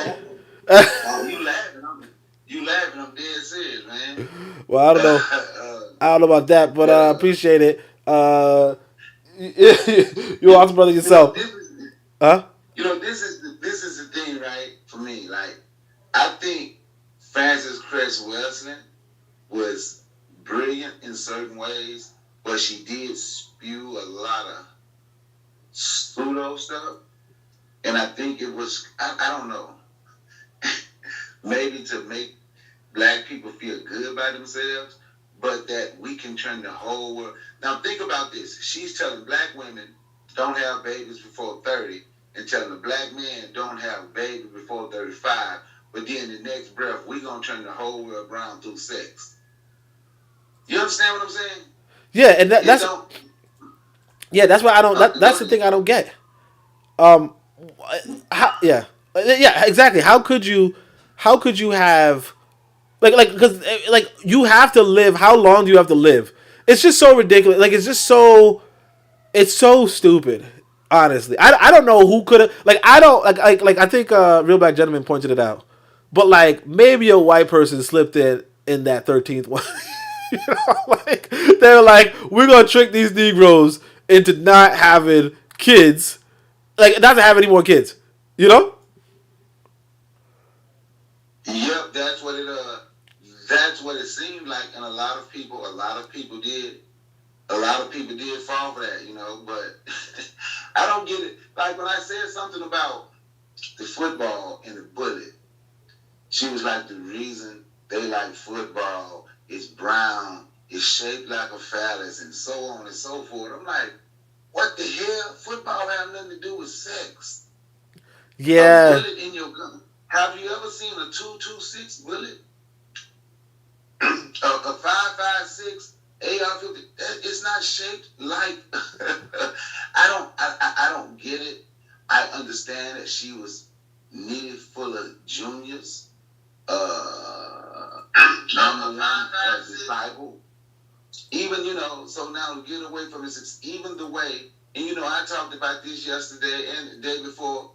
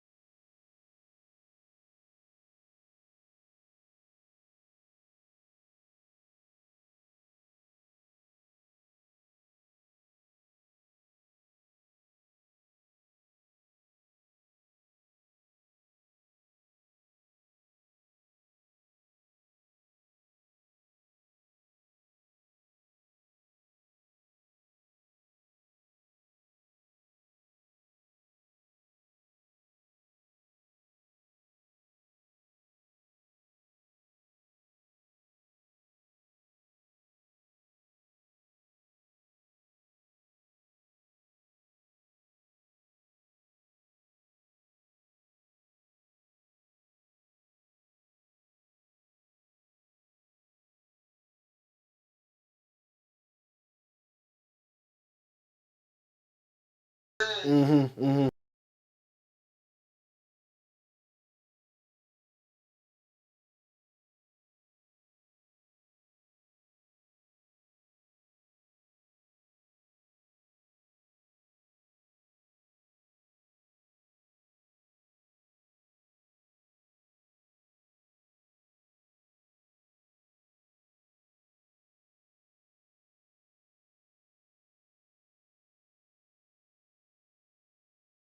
Exactly. That's an excuse to get your butt kicked. Cause that's what I was saying earlier. You might have missed it, but that's what I was saying earlier. What kind of a person are you, right? If you messing with no, here's the thing. Here's the thing. Like I just told y'all about my situation, right? You are getting if you're a man, what are you getting with a woman for? What is your purpose behind getting with a woman? If you're trying to improve her life, that's why you should be in her life. You know what I'm saying? If you are a good man, you're supposed to be trying to improve her life. Here you got RBG. RBG, when he talks to a woman, he's trying to get her into a better position in the world. Right? So now check this out. If that's RBG's goal, he could only, or he should only, choose a black woman. But if he chooses a white woman, right, something's wrong. And more to this point, if you are choosing to get with a woman and you're not trying to improve her life, people are trying to keep you away from that woman. And so why would this white boy, if you talking about, why would this white boy, if you're not trying to improve the lives of his woman, right, why would this white boy want you near his daughter? But on the other hand, if you are trying to improve the life of this white woman, why do we want you next to us? You know what I'm saying? You as a man, you have to say to yourself, I have to respect my own genetics. I have to respect my own people so that I could make my women and my children, my people stronger. You're supposed to like if sex is a weapon, you're supposed to use it to improve your people, not to assault and attack another. Not to give them these little mixed babies that you ain't trying to take care of. Cause what or these mixed babies that you can't really give a good life to. You're supposed to go to a, like for instance right now I got this sister in Africa. I'm supposed to go to the sister in Africa and give her a good life. That's it. And so this whole talk of we could genetically annihilate them. What are you talking about? What do I care about their genetic? What do I care about them genetically? Because I don't. Why should I care about them genetically? They are not my concern. They are not my problem. Like Real Bad Gentleman saying, 10 kids, 80 grandkids. If I have 80 grandkids, what do I want them to look like? What do I want them to be? Do I want them to be African? Or do I want them to be mixed? Or do I want them to be white? Because that's what's going to happen. They're going to be white if I have if I have 10. Imagine I have 10 mulatto kids, and those 10 mulatto kids go for a white person because I'm trying to genetically annihilate them. And then I'm going to have 80 white children walking around. Talking about my grandfather was black. It's ridiculous. Exactly. But since we live by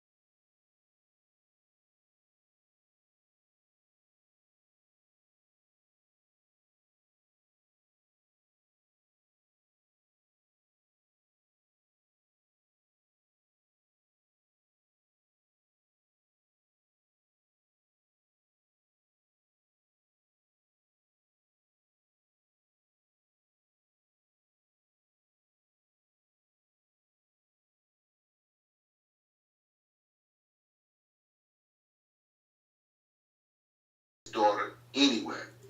Like the blackness is what's wiped out. It's not mind you. And Dr. Umar's another one that spew this. To Tariq Nasheed, they spew this nonsense. We're wiping out them genetically. Go look at Mahomes' daughter, and if you can pull it up, look and see who has been wiped out. That's all you have to do. Look and see who's been wiped out. It's not the white people that's wiped out. It's the black person. His daddy has been wiped out. His daddy's side of the family have been wiped out wiped out when you look at them. People will, but look at let them do a DNA test, then you'll see. Yeah, I got you. But there's nowhere in the world that little girl will be able to say she's black. I guess she can. Rachel Dolezal claimed she was black, but that's about the size of it, man. And we hold on to it. I tell people, the original one drop rule that they originally made, right? Wait, remind people. The original one drop rule was, if you had a mixed child, if the woman gave birth, a black woman gave birth, probably through a mixed child, that child was black. But if a white woman gave birth, that child was white, regardless of who the father was. And they would raise it as a white one. They changed it to one drop so they could enslave their own. Oh wait, That's why it was changed. Was it the black? If it's the black woman, I think it was a black woman had a child. Then it was black. The child was black. Yeah. Yes, the child was black. And if the white woman had the mixed baby, the child was white. So they changed it and said, if you got one drop of black blood, you black. so they could enslave. That's why you'll find, I'm going to tell you the craziest thing. That's why you can go around YouTube right now and you will find people say J. Edgar Hoover was black. You know Ronda Rousey? They say she was black. Yeah, because her great-great-granddaddy was black. Yeah. And she walking around saying she black too. It's one of those, and that's what I'm saying, like that's the mentality that these people are pushing on us, and it doesn't make any sense, and it doesn't work, and what's going to end up happening to us is we're going to genetically annihilate ourselves. You know? So just peep what Frances Cress Welsing is saying here. Not only is she saying, oh, if you mess with another person, that person's going to be black, right? And I said this before because, see, the trouble is that when you look at Nelly Fuller Jr., he is light, bright, and damn near white, okay? But she's calling him a black man, right? And so I'm not saying that, you know, of course, you get what I'm saying, right? You get what I'm saying. So what I'm saying is this. She, you know, he's light, bright, damn near white, right? And then you have on top of that, you're telling people, hey, look, you can, if you mess with a white person, your kid will be black. But on top of that, you shouldn't have any children until you're in your 30s. And on top of that, you shouldn't have more than 2 children. If this plan goes into effect, there will be no black people in America. If your plan is you could mess with white folk, you have to wait until you're in your 30s, and you could only have up to 2 children. There will be no black people in America within 2 generations. Okay? We'll be completely white. And you know what? And we would be wiping we'll be wiping ourselves out. Of course. Because you should never even say, oh, I only want to have 2 children in my early 30s, in my late 30s. And I'm not saying that there's nothing wrong with only having 2 children. I only have 1, right? There's nothing wrong with only having 2 children. But the reality is this, that on a tactical level, on a strategic level, you would not want to limit black people's offspring, black people's children, let alone tell them that they can only have children when they're so old, because most of the children that we see, most of the population growth that we see from black people is coming from younger black people, younger black couples, and for what it's worth, that's where most of the population growth is coming. But we are so outnumbered, and if we even think about any of our children going outside of our race, we are in big trouble. Because we are so outnumbered, we will become lighter and brighter and damn near whiter, and then that's it. That's it. That's the end of the African American. You're gonna have all the African Americans that look like Ronda Rousey, and maybe they're gonna still face some sort of discrimination, but that's about it. What discrimination did Ronda Rousey face? Yeah, exactly. The only reason that woman claiming she black, they know. Man, people watch black folks. They know they can pimp the black community. They know they can pimp black people if they say that. Pimp them like, yeah. I mean, that's the thing, though. It's like, you know, I don't know what would happen in the future. You know what I'm saying? Because I don't want this future to even happen. You see what I'm saying? But, like, I could say, yeah, because I remember one time I was, I don't know if you remember this guy. His name is, Gerald Ford, I think. Gerald Ford, maybe. But he was, there's this thing called Black Agenda Report. One time I was attending some lecture, some meeting, and you hear this dude, you know, he's like, we black people gotta blah blah blah, and you know, blah blah. And me and this dude in the audience are sitting next to each other, and we're like, is that a black man? Like anything I need to say, but if you look at this guy, he does not, like, he looks like a white guy with a lot, like an afro. Not even like an afro, but like a big, you know, like a mixed fro type thing, right? And how old was he? He wasn't. When I saw him, he wasn't that old. I mean, he dead now, but he was a charge of black agenda report. But he does not pass for a black guy at all, or he did not pass for a black guy. And another person is the same as this other guy. He's mixed, and he's a thing. But that's how a lot of, like, you're gonna see a lot of the people that speak for us as a race, very often do not look like you. You know what I'm saying? Like Dr. Claude Anderson, who's quick to tell you if you ever really listen to Dr. Claude Anderson lectures or speeches, whatever you want to call them, it's never us, we, our. It's always them, they, and y'all. Oh yeah, Dr. Claude. Oh yeah. Yeah, he has a problem with being called Africa. That's what African. That's where a lot of people get some of that. Black people been here for 25,000 years. We ain't African. But then he hurry up and also say, and nothing I'm saying have nothing to do with hate. I have Indian and white on both sides of my family, all up and down in me. Mm-hmm. So when he talks to black people, it always y'all black people, they black people, them black people. It's never we black people or us as a black people or our black people. It's always they, them. Those are what he used when he talk about black people. It's never we, us, and our. Because you're right. They speak for us. And I'm going to tell you something. I'm going to say this right quick. See, I tend to give older people a pass, especially people back in the day. And the reason I do, because sometimes they were in situations, that woman was in a situation where there was really nothing she could do. You understand what I'm saying? So some of those people, if they're in their 80s and 90s or whatever, they still living, I would give them a pass because of what we have gone through in this country when they say they're black. And sometimes I do, but then I can look at people like Dr. Claude Anderson and listen to him. He never include himself with us. And even though he had a good economic plan, but he never include himself with us. He just want to speak for black people, but he don't want to be part of black people. But if that makes sense. You see not Frances Cress Welsing, you see Yvette Carnell. You know? Yvette Carnell, and here's the thing about Yvette Carnell. She was a whole queer with a white woman.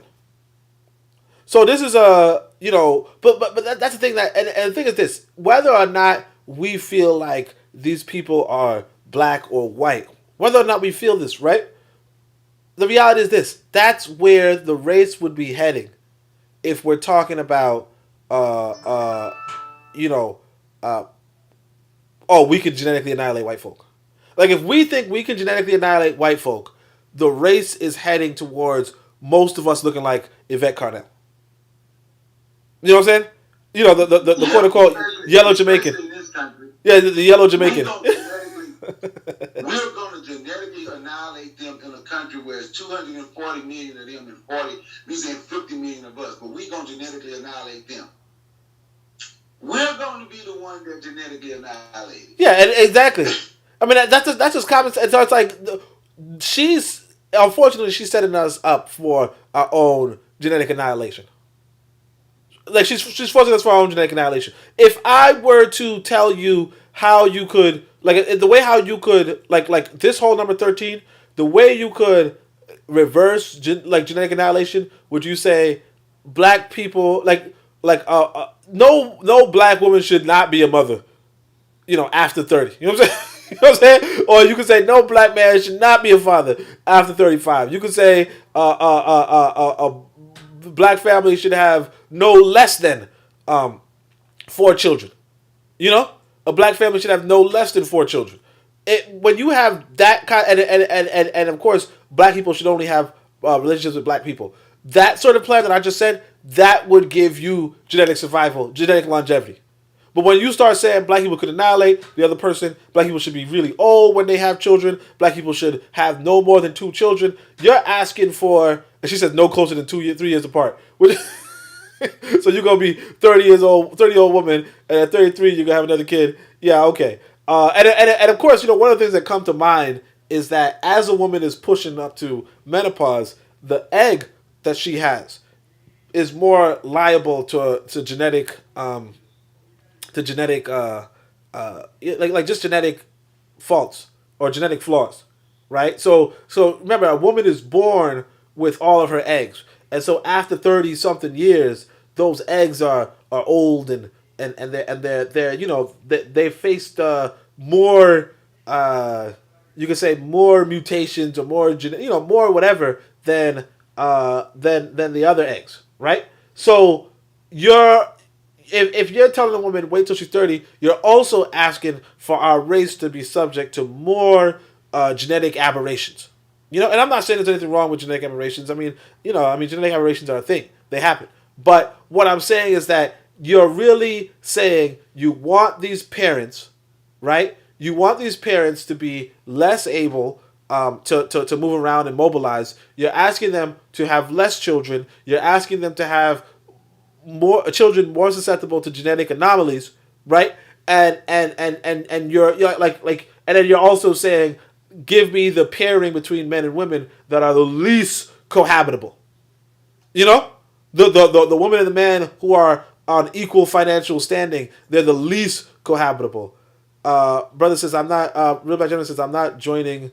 I'm not racing to join the quadroon ball. You know, and sorry, I thought you were gonna say too that there was a guy Jared Ball. That's the name of his name. Jared Ball was another one of those guys who speaks for black people, and he's like a whole mulatto. And that stands out to me. I want to say because there was one time I was invited to this event to be a speaker. You know, one of the few times I was a speaker, right? And one of the keynote speakers was Jared Ball.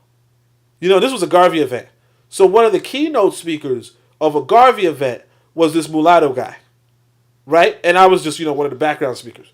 You know what I'm saying? Now, granted, I'm not saying I would have been the keynote. I should have been the keynote. But what I'm saying is that if... You should have been the keynote. You should have been the keynote. Well, what I'm saying is that if a mulatto is the keynote, then yeah, I should have been the keynote. You know what I'm saying? I should have been the keynote before the mulatto at a Garvey event. You know what I'm saying?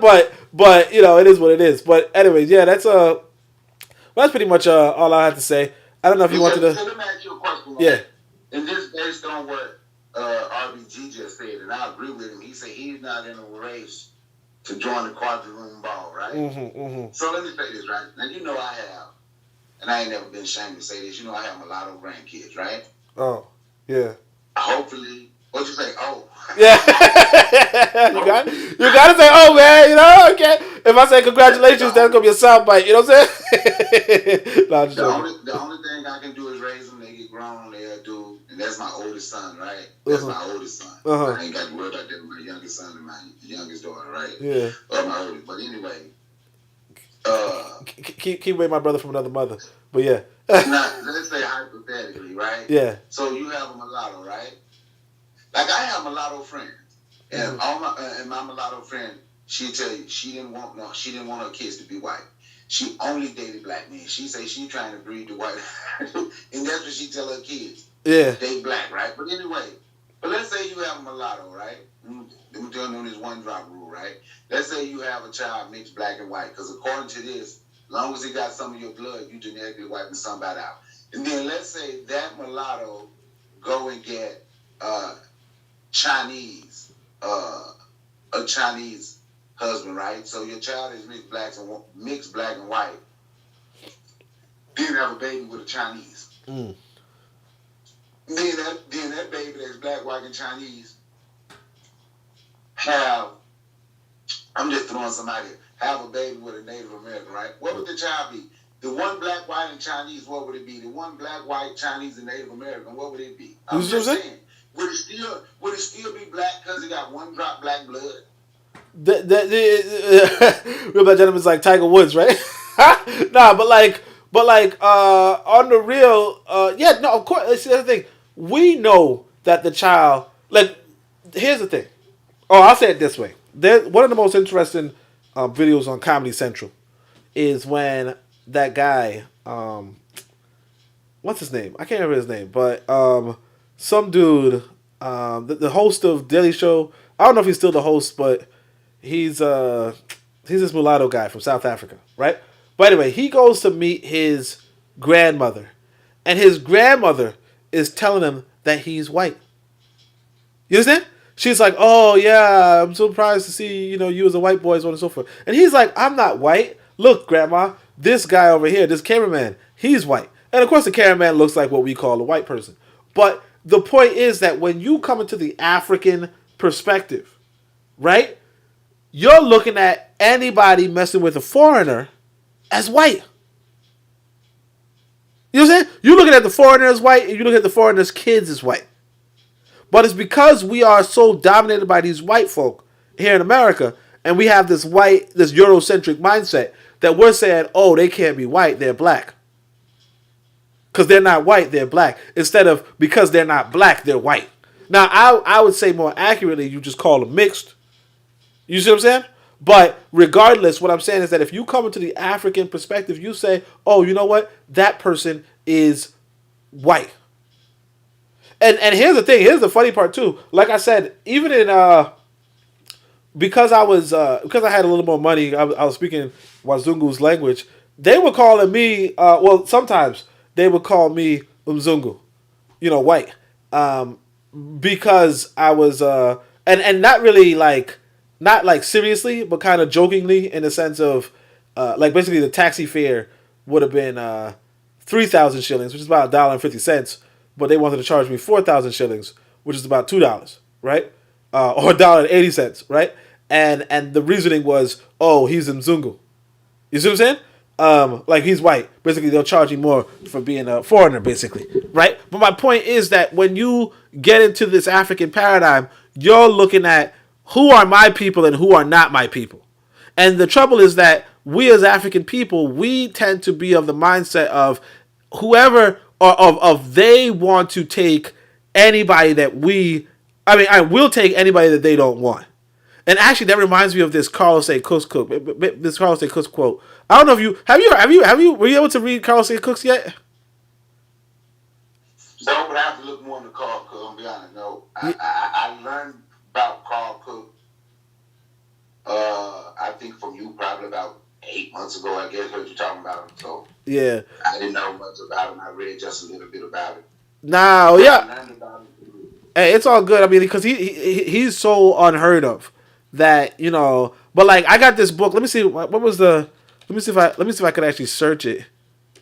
Shit. See, that's the problem with this. So this PDF is I scanned it, and so what happens when you scan a PDF is that you cannot some of them you can't actually search. But I'm gonna see if I can find it. You can see the screen, right?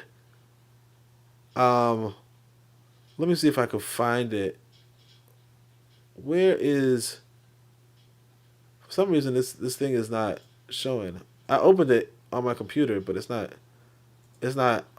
open on the...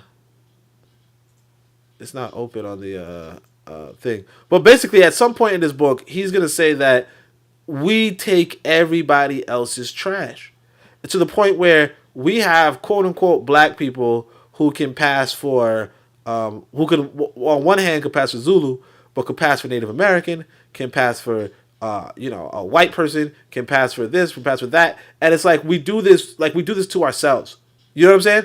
We do this to ourselves. We have black people, or we call any mixture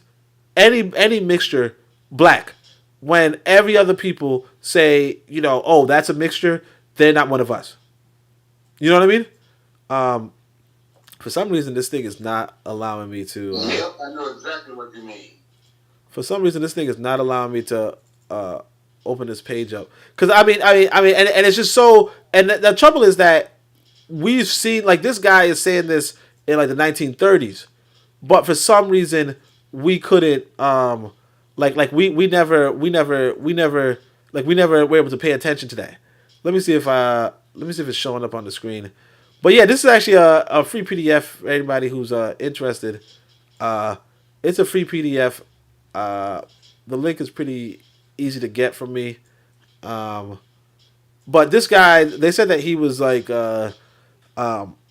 what's his name? Marcus Garvey's main, his protege. You know what I'm saying? So just like how Frances Cress Welsing is kind of Nearly Fuller Jr.'s protege, this was Marcus Garvey's protege. So but the thing is, the difference between him and Marcus Garvey was that he was more atheistic. You know what I'm saying? He wasn't trying to do any of that religion stuff. He was more on that rational, logical. And so, for that, and some people were saying that he was the bridge between Garvey and Garvey and Malcolm X. So a lot of us know Malcolm X's father was a Garveyite. But the thing is that when you read Malcolm X's autobiography, he kind of mentions Carlos Cooks, but doesn't mention him. So in fact, your campaign, the Buy Black campaign, so basically before we were, of age, right? There was like a buy black campaign, particularly here in Harlem, and that was like the buy black movement that Malcolm X mentions. That was the Carlos A. Cooks movement. You know what I mean? So yeah, he's a pretty important, historical figure as far as historical figures are concerned, in the Americas. And it turned out he was actually a Dominican too. You know that? Isn't that crazy? Which is I was just about to ask. So where was he from though? Yeah, he was from Dominica. But the interesting thing is that he went to a secret society. He kind of exemplifies what you need to do to make your people, rise up. So, like, basically when he was younger, so if you read his introduction, that was a really important introduction too. When you read the introduction, and I think it's right here, they talk about how his family noticed that he was smart, he was a bright young man, and so they put him into, I think it was a Haitian secret society in order that he could, advance in life. So I think it's right here. It says, Carlos A. Cooks was born on June 23rd, 1913, of African parents in Santo Domingo, Dominican Republic. His parents, James Henry Cooks and Alice Cooks, were from the nearby island of St. Martin. So maybe he wasn't Dominican. Maybe he was St. Martin. I don't know. Hey, as a child, he showed unusual brightness and was sent to leadership school in the Voodoo Secret Society by his father and uncle. His father and uncle were among the many St. Martiners to be found among the membership and leadership of Marcus Garvey's Universal Negro Improvement Association in the Dominican Republic.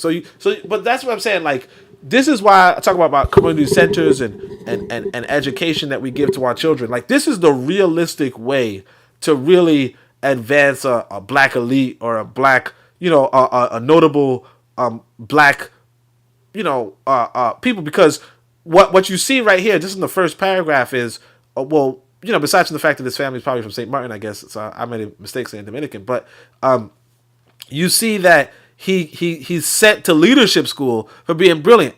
And then you think about all the brilliant young people that we know, and how many times do we send them to leadership school?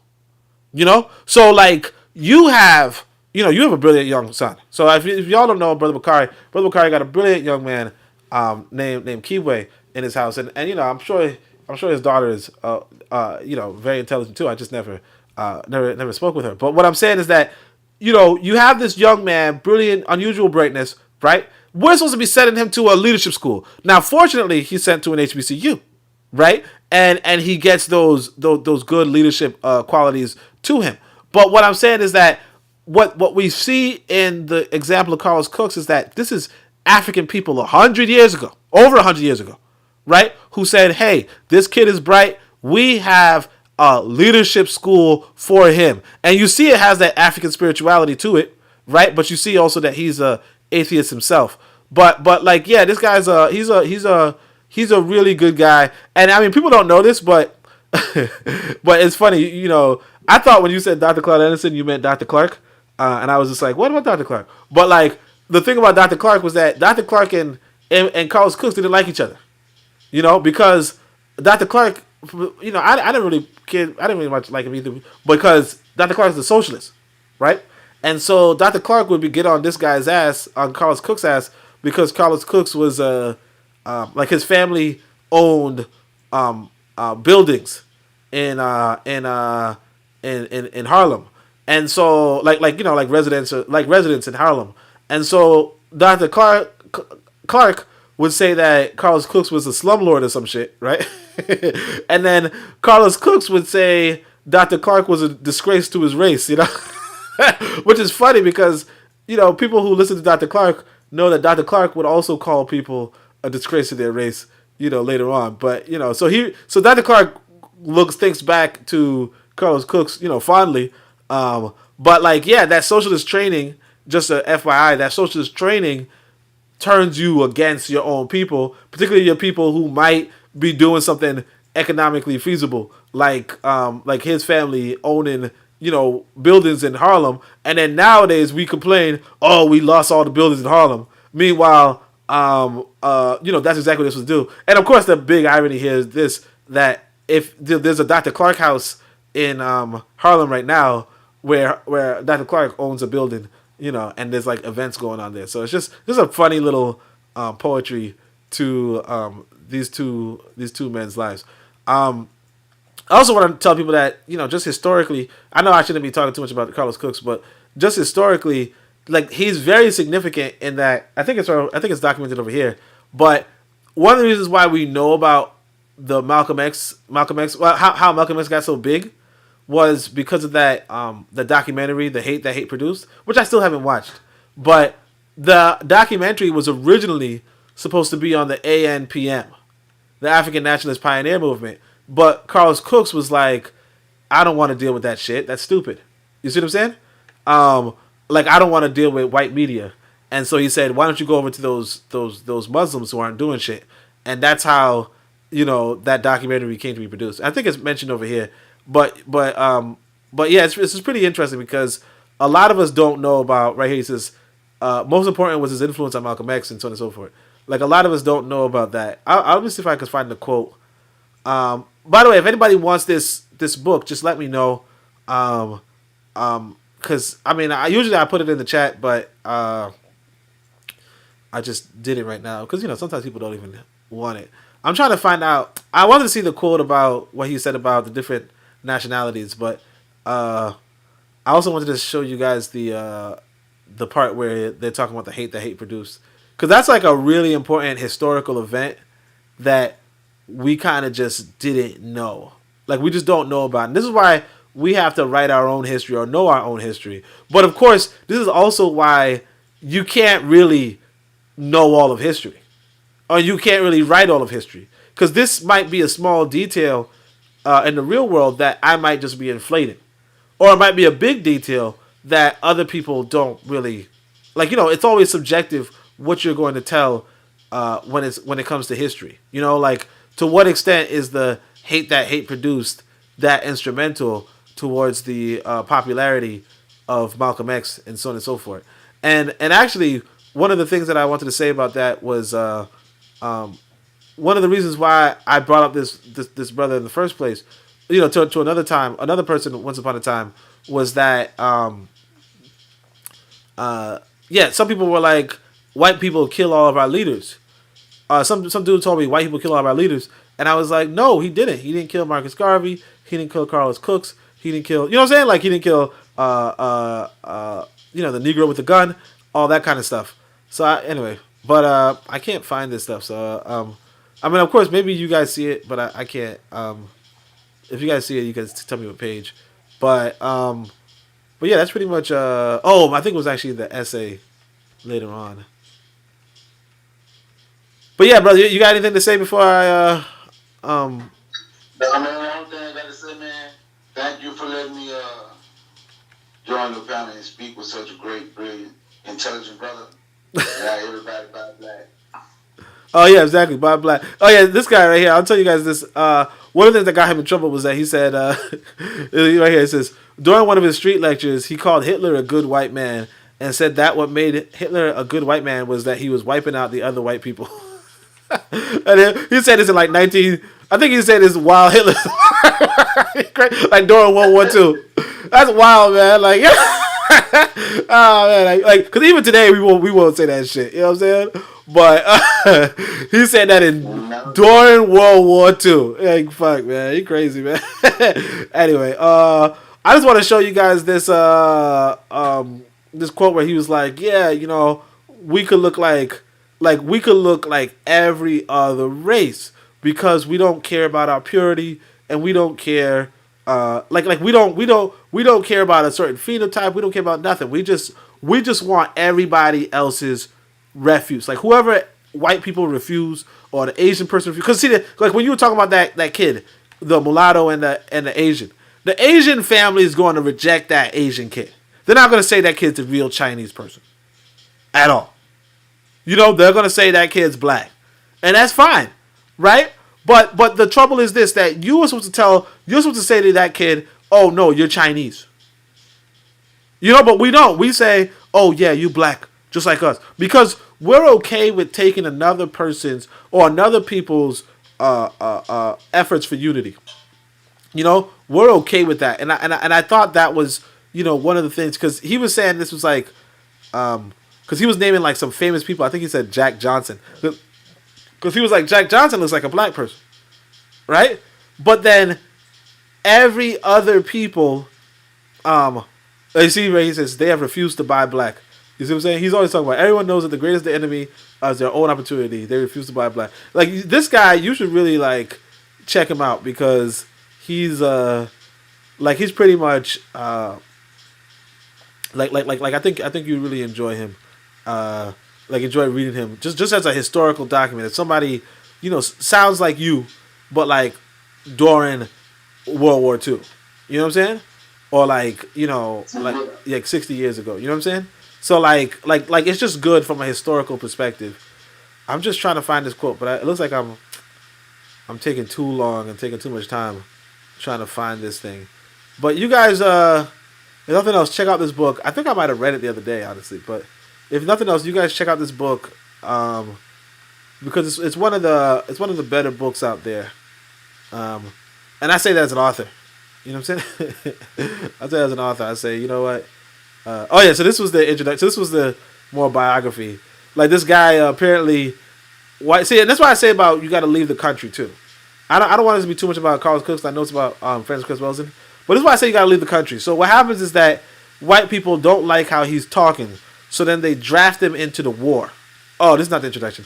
But so in the introduction they tell you they draft him into the war and they set him onto a battlefield, right, with a bunch of other black people where they're under-equipped. Okay, they're under-equipped and they're getting bombed by, let's say, the Germans or some shit, right? And so what happens is most of the people die, like running away, okay? But I guess he runs towards the gunfire and he survives. You understand? But that's the thing that happens in this country where it's like they will send. Oh, here's the paper right here. But that's the thing that happens in this country where they will send you, like they can send you to your death. You know, or like another example, they could like what they did to my sister. You know, I'm sick and tired of being sick and tired, right? You know her name. They put her in jail, and then they put two brothers into prison with her and told the brothers to beat her up. Fannie Lou Hamer. You see what I'm saying? But that's the kind of you said what? That was one of my daddy's very best friends. Oh yeah. That's nice. Yeah, that's what I'm saying. That's why I like about that's the only like that's good. You know, but that's what I'm saying though. It's like you know they like the kind of control that they have over us here is just not something that like it's not healthy for us. Because there's no reason they should be able to pull a black woman and put her into a cell, let alone convince two brothers to attack her. I shouldn't even say brothers because two black men to attack a woman. Like how awful is that? Because first off, you don't even put women in cells with men. That's one. But two, to put them into a cell just so that they can attack her. That's the kind of control that they have. And that's what I said what they did with Carlton Cooks. They put him out into a battlefield. Like a literal battlefield. And a lot of the people that he went to war with were wiped out. These white people should not have that kind of control. So, but here's what he says. He says, likewise, if you refer to a man from China, you call that man a Chinaman or Asian. If you refer to a man from England, you call that man an Englishman or European. If you refer to a man from France, you call that man a Frenchman. If you refer to a man from Germany, you call that man a German. But when you refer to a man from Africa, you call him a Negro. Therefore, Negro does not define land or man. Jackie Robinson is a Negro. He resembles a Zulu warrior. Lena Horne is a Negro. She resembles a Hindu dancer. Channing Tobias is a Negro. He resembles Sitting Bull, the American Indian. Adam Clayton Powell is a Negro. He resembles Hitler, thus making the Negro race a garbage can race where all the other races dump their misfits. The Negro is not a good horse race. So basically he's trying to say, I mean, of course, he's also kind of rough with his language, but he prefers the word African. See what I'm saying? So he's like, what book is this? This is it's what is the name of the book? I don't know. Carlos Cooks, I think. It's called Carlos Cooks, but it's not really available on Amazon anymore. So I made a PDF. You know what I'm saying? So I'll put the PDF in the chat. Sorry, I wasn't looking at the chat for a minute. But I'll put the PDF in the chat. Hold on a second. Give me 2 seconds for that. But basically, it's not really available on Amazon like that anymore. In fact, I could check again. But like basically, it was out of print for a long time, and so Amazon was like charging like $2,000 or some shit for it. You know what I'm saying? So what happened was that somebody had a copy of the book, and it don't look like it's listed on Amazon anymore. So somebody had a copy of the book, and they told me they lent it to me to read it. So I made a copy of it, and that's like one of the look at that. It's not even on Amazon anymore. That's crazy. But so basically you can't buy it if that's what you're trying to do. But I have the PDF. And so what I did was I put together a few of Carlos Cook's books. So I think the name of the first book is it's just Carlos Cook's and Black Nationalism. I think your son would enjoy it too, low key. But let me see if I could share the. Oh, here's the link. Sometimes it's hard to think. So what I'm gonna do is I'm gonna put it in the chat. And then that. But like you see, he's like the Negro, like what we call the black race, right? It's like everybody. It could be somebody could look like a Hindu. Somebody could look like a American Indian. Somebody could look like a Hitler, and they still considered African American. And we know what we're talking about, you know. But he's like, you gotta be an African, and an African has a certain, you know. And I'm not saying that there's only one phenotype of Africans, but you know what I mean. You know what I'm saying? Carl Blasian. So let me just read these comments real quick. Amajab says, you just said the making of the average Latino or Arab, you know, and I miss a lot of this stuff. I agree, your average Latino and Arab. Brother Macari says exactly. Amajab says raceless. Then they form their own group, and big part of the national ideology is to remove as much African genetic contribution as possible. Yep. Carlos Hughes knew that well, though. Many possible grift people, possibly grift half Dominican, reject people if they knew their black parents. His family were migrants from British colonies, Dutch. You can't even tell the difference between some grifts and the average Dominicans. So Brother Christ says, what's grift? And that's 3/4 African. Oh, okay. That's a nice term. Brother Jensen says, thank you. Jam, learn something new. A 3/4 African has a name. Yeah, exactly. I didn't know it either. And so I think I downloaded it from you. Brother Jensen says, yeah. And it says, Amazon says, Oni, you did something great. Thanks. Well, I appreciate it. You know, I mean, but you know, it's like this was a good historical. Don't tell me I'm not even showing the book. Oh, I think I'm showing the book. Yeah, but like that's a good historical document. But yeah, you check it out. You know, it's a really good reading. And like I said, this dude was kind of on the vulgar tip. I ain't gonna hold you, but you know, it is what it is. You know, he was talking about the Mau. He was a good brother. And I think you'll enjoy. I think most people enjoy it. And he was considered that real one. You know, there's an incident here earlier, but I think I've said enough about the brother. But anyway, and you have any other let me see. Real by Jenna says Carl Cook reader. Yep. Yeah. I tell you, I was like, I think I did my thing. That's why I was trying to stunt on that guy Xbox. Xbox was trash talking me, but I was like, you know, you can trash talk me all you want, but one, I published the Carlos Cook's reader, and two, I'm the only person on I'm the only external link on Amos Wilson's Wikipedia page. You know, I don't know how, but you know, it is what it is. But anyway, sorry, brother. You got any closing statements? We could probably wrap it up. And check out this book when you can. In fact, you should read it. We should read it on your podcast sometime. You know, it'd definitely be good if you read it, because you know it's you know, this is you pretty much, right? But yeah, any other closing statements? No, that's it, man. Like I said, thank you for letting me speak, and I thank Afro Jam for teaching me what a grip was. So I know, right? Yeah. Seemed like he taught everybody. I know, right? I never heard that in my life. I was like, why there's no word for 3/4 African? I was like, why is there no word? And Afro Jam's like, we got it right here. But yeah. So that's pretty much it. And you know, but other than that, thanks everybody for coming through. And I appreciate you guys. Even though we went on a little tangent, And thanks everybody. In fact, I'll say everybody who was in the chat, just because I appreciate there being a chat today. So Brother Bakari, Real Black Gentleman, and Afro Jam, appreciate y'all. And hopefully you guys enjoy the book. Even people at home, you guys enjoy the book too. If you guys have any passages, if you guys have anything in the book that you want to discuss with me on this warship, we can do that too. You know what I mean? Like whatever it is you guys want. Because I'm back in the States for a little bit. Well, maybe not a little bit. I don't know. I kind of want to go back out, but we'll see how that works. But other than that, appreciate you guys' time. Shem Hotep, Anku Ja, Seneb Neb, Amen, Ma'at, Dua, Necher.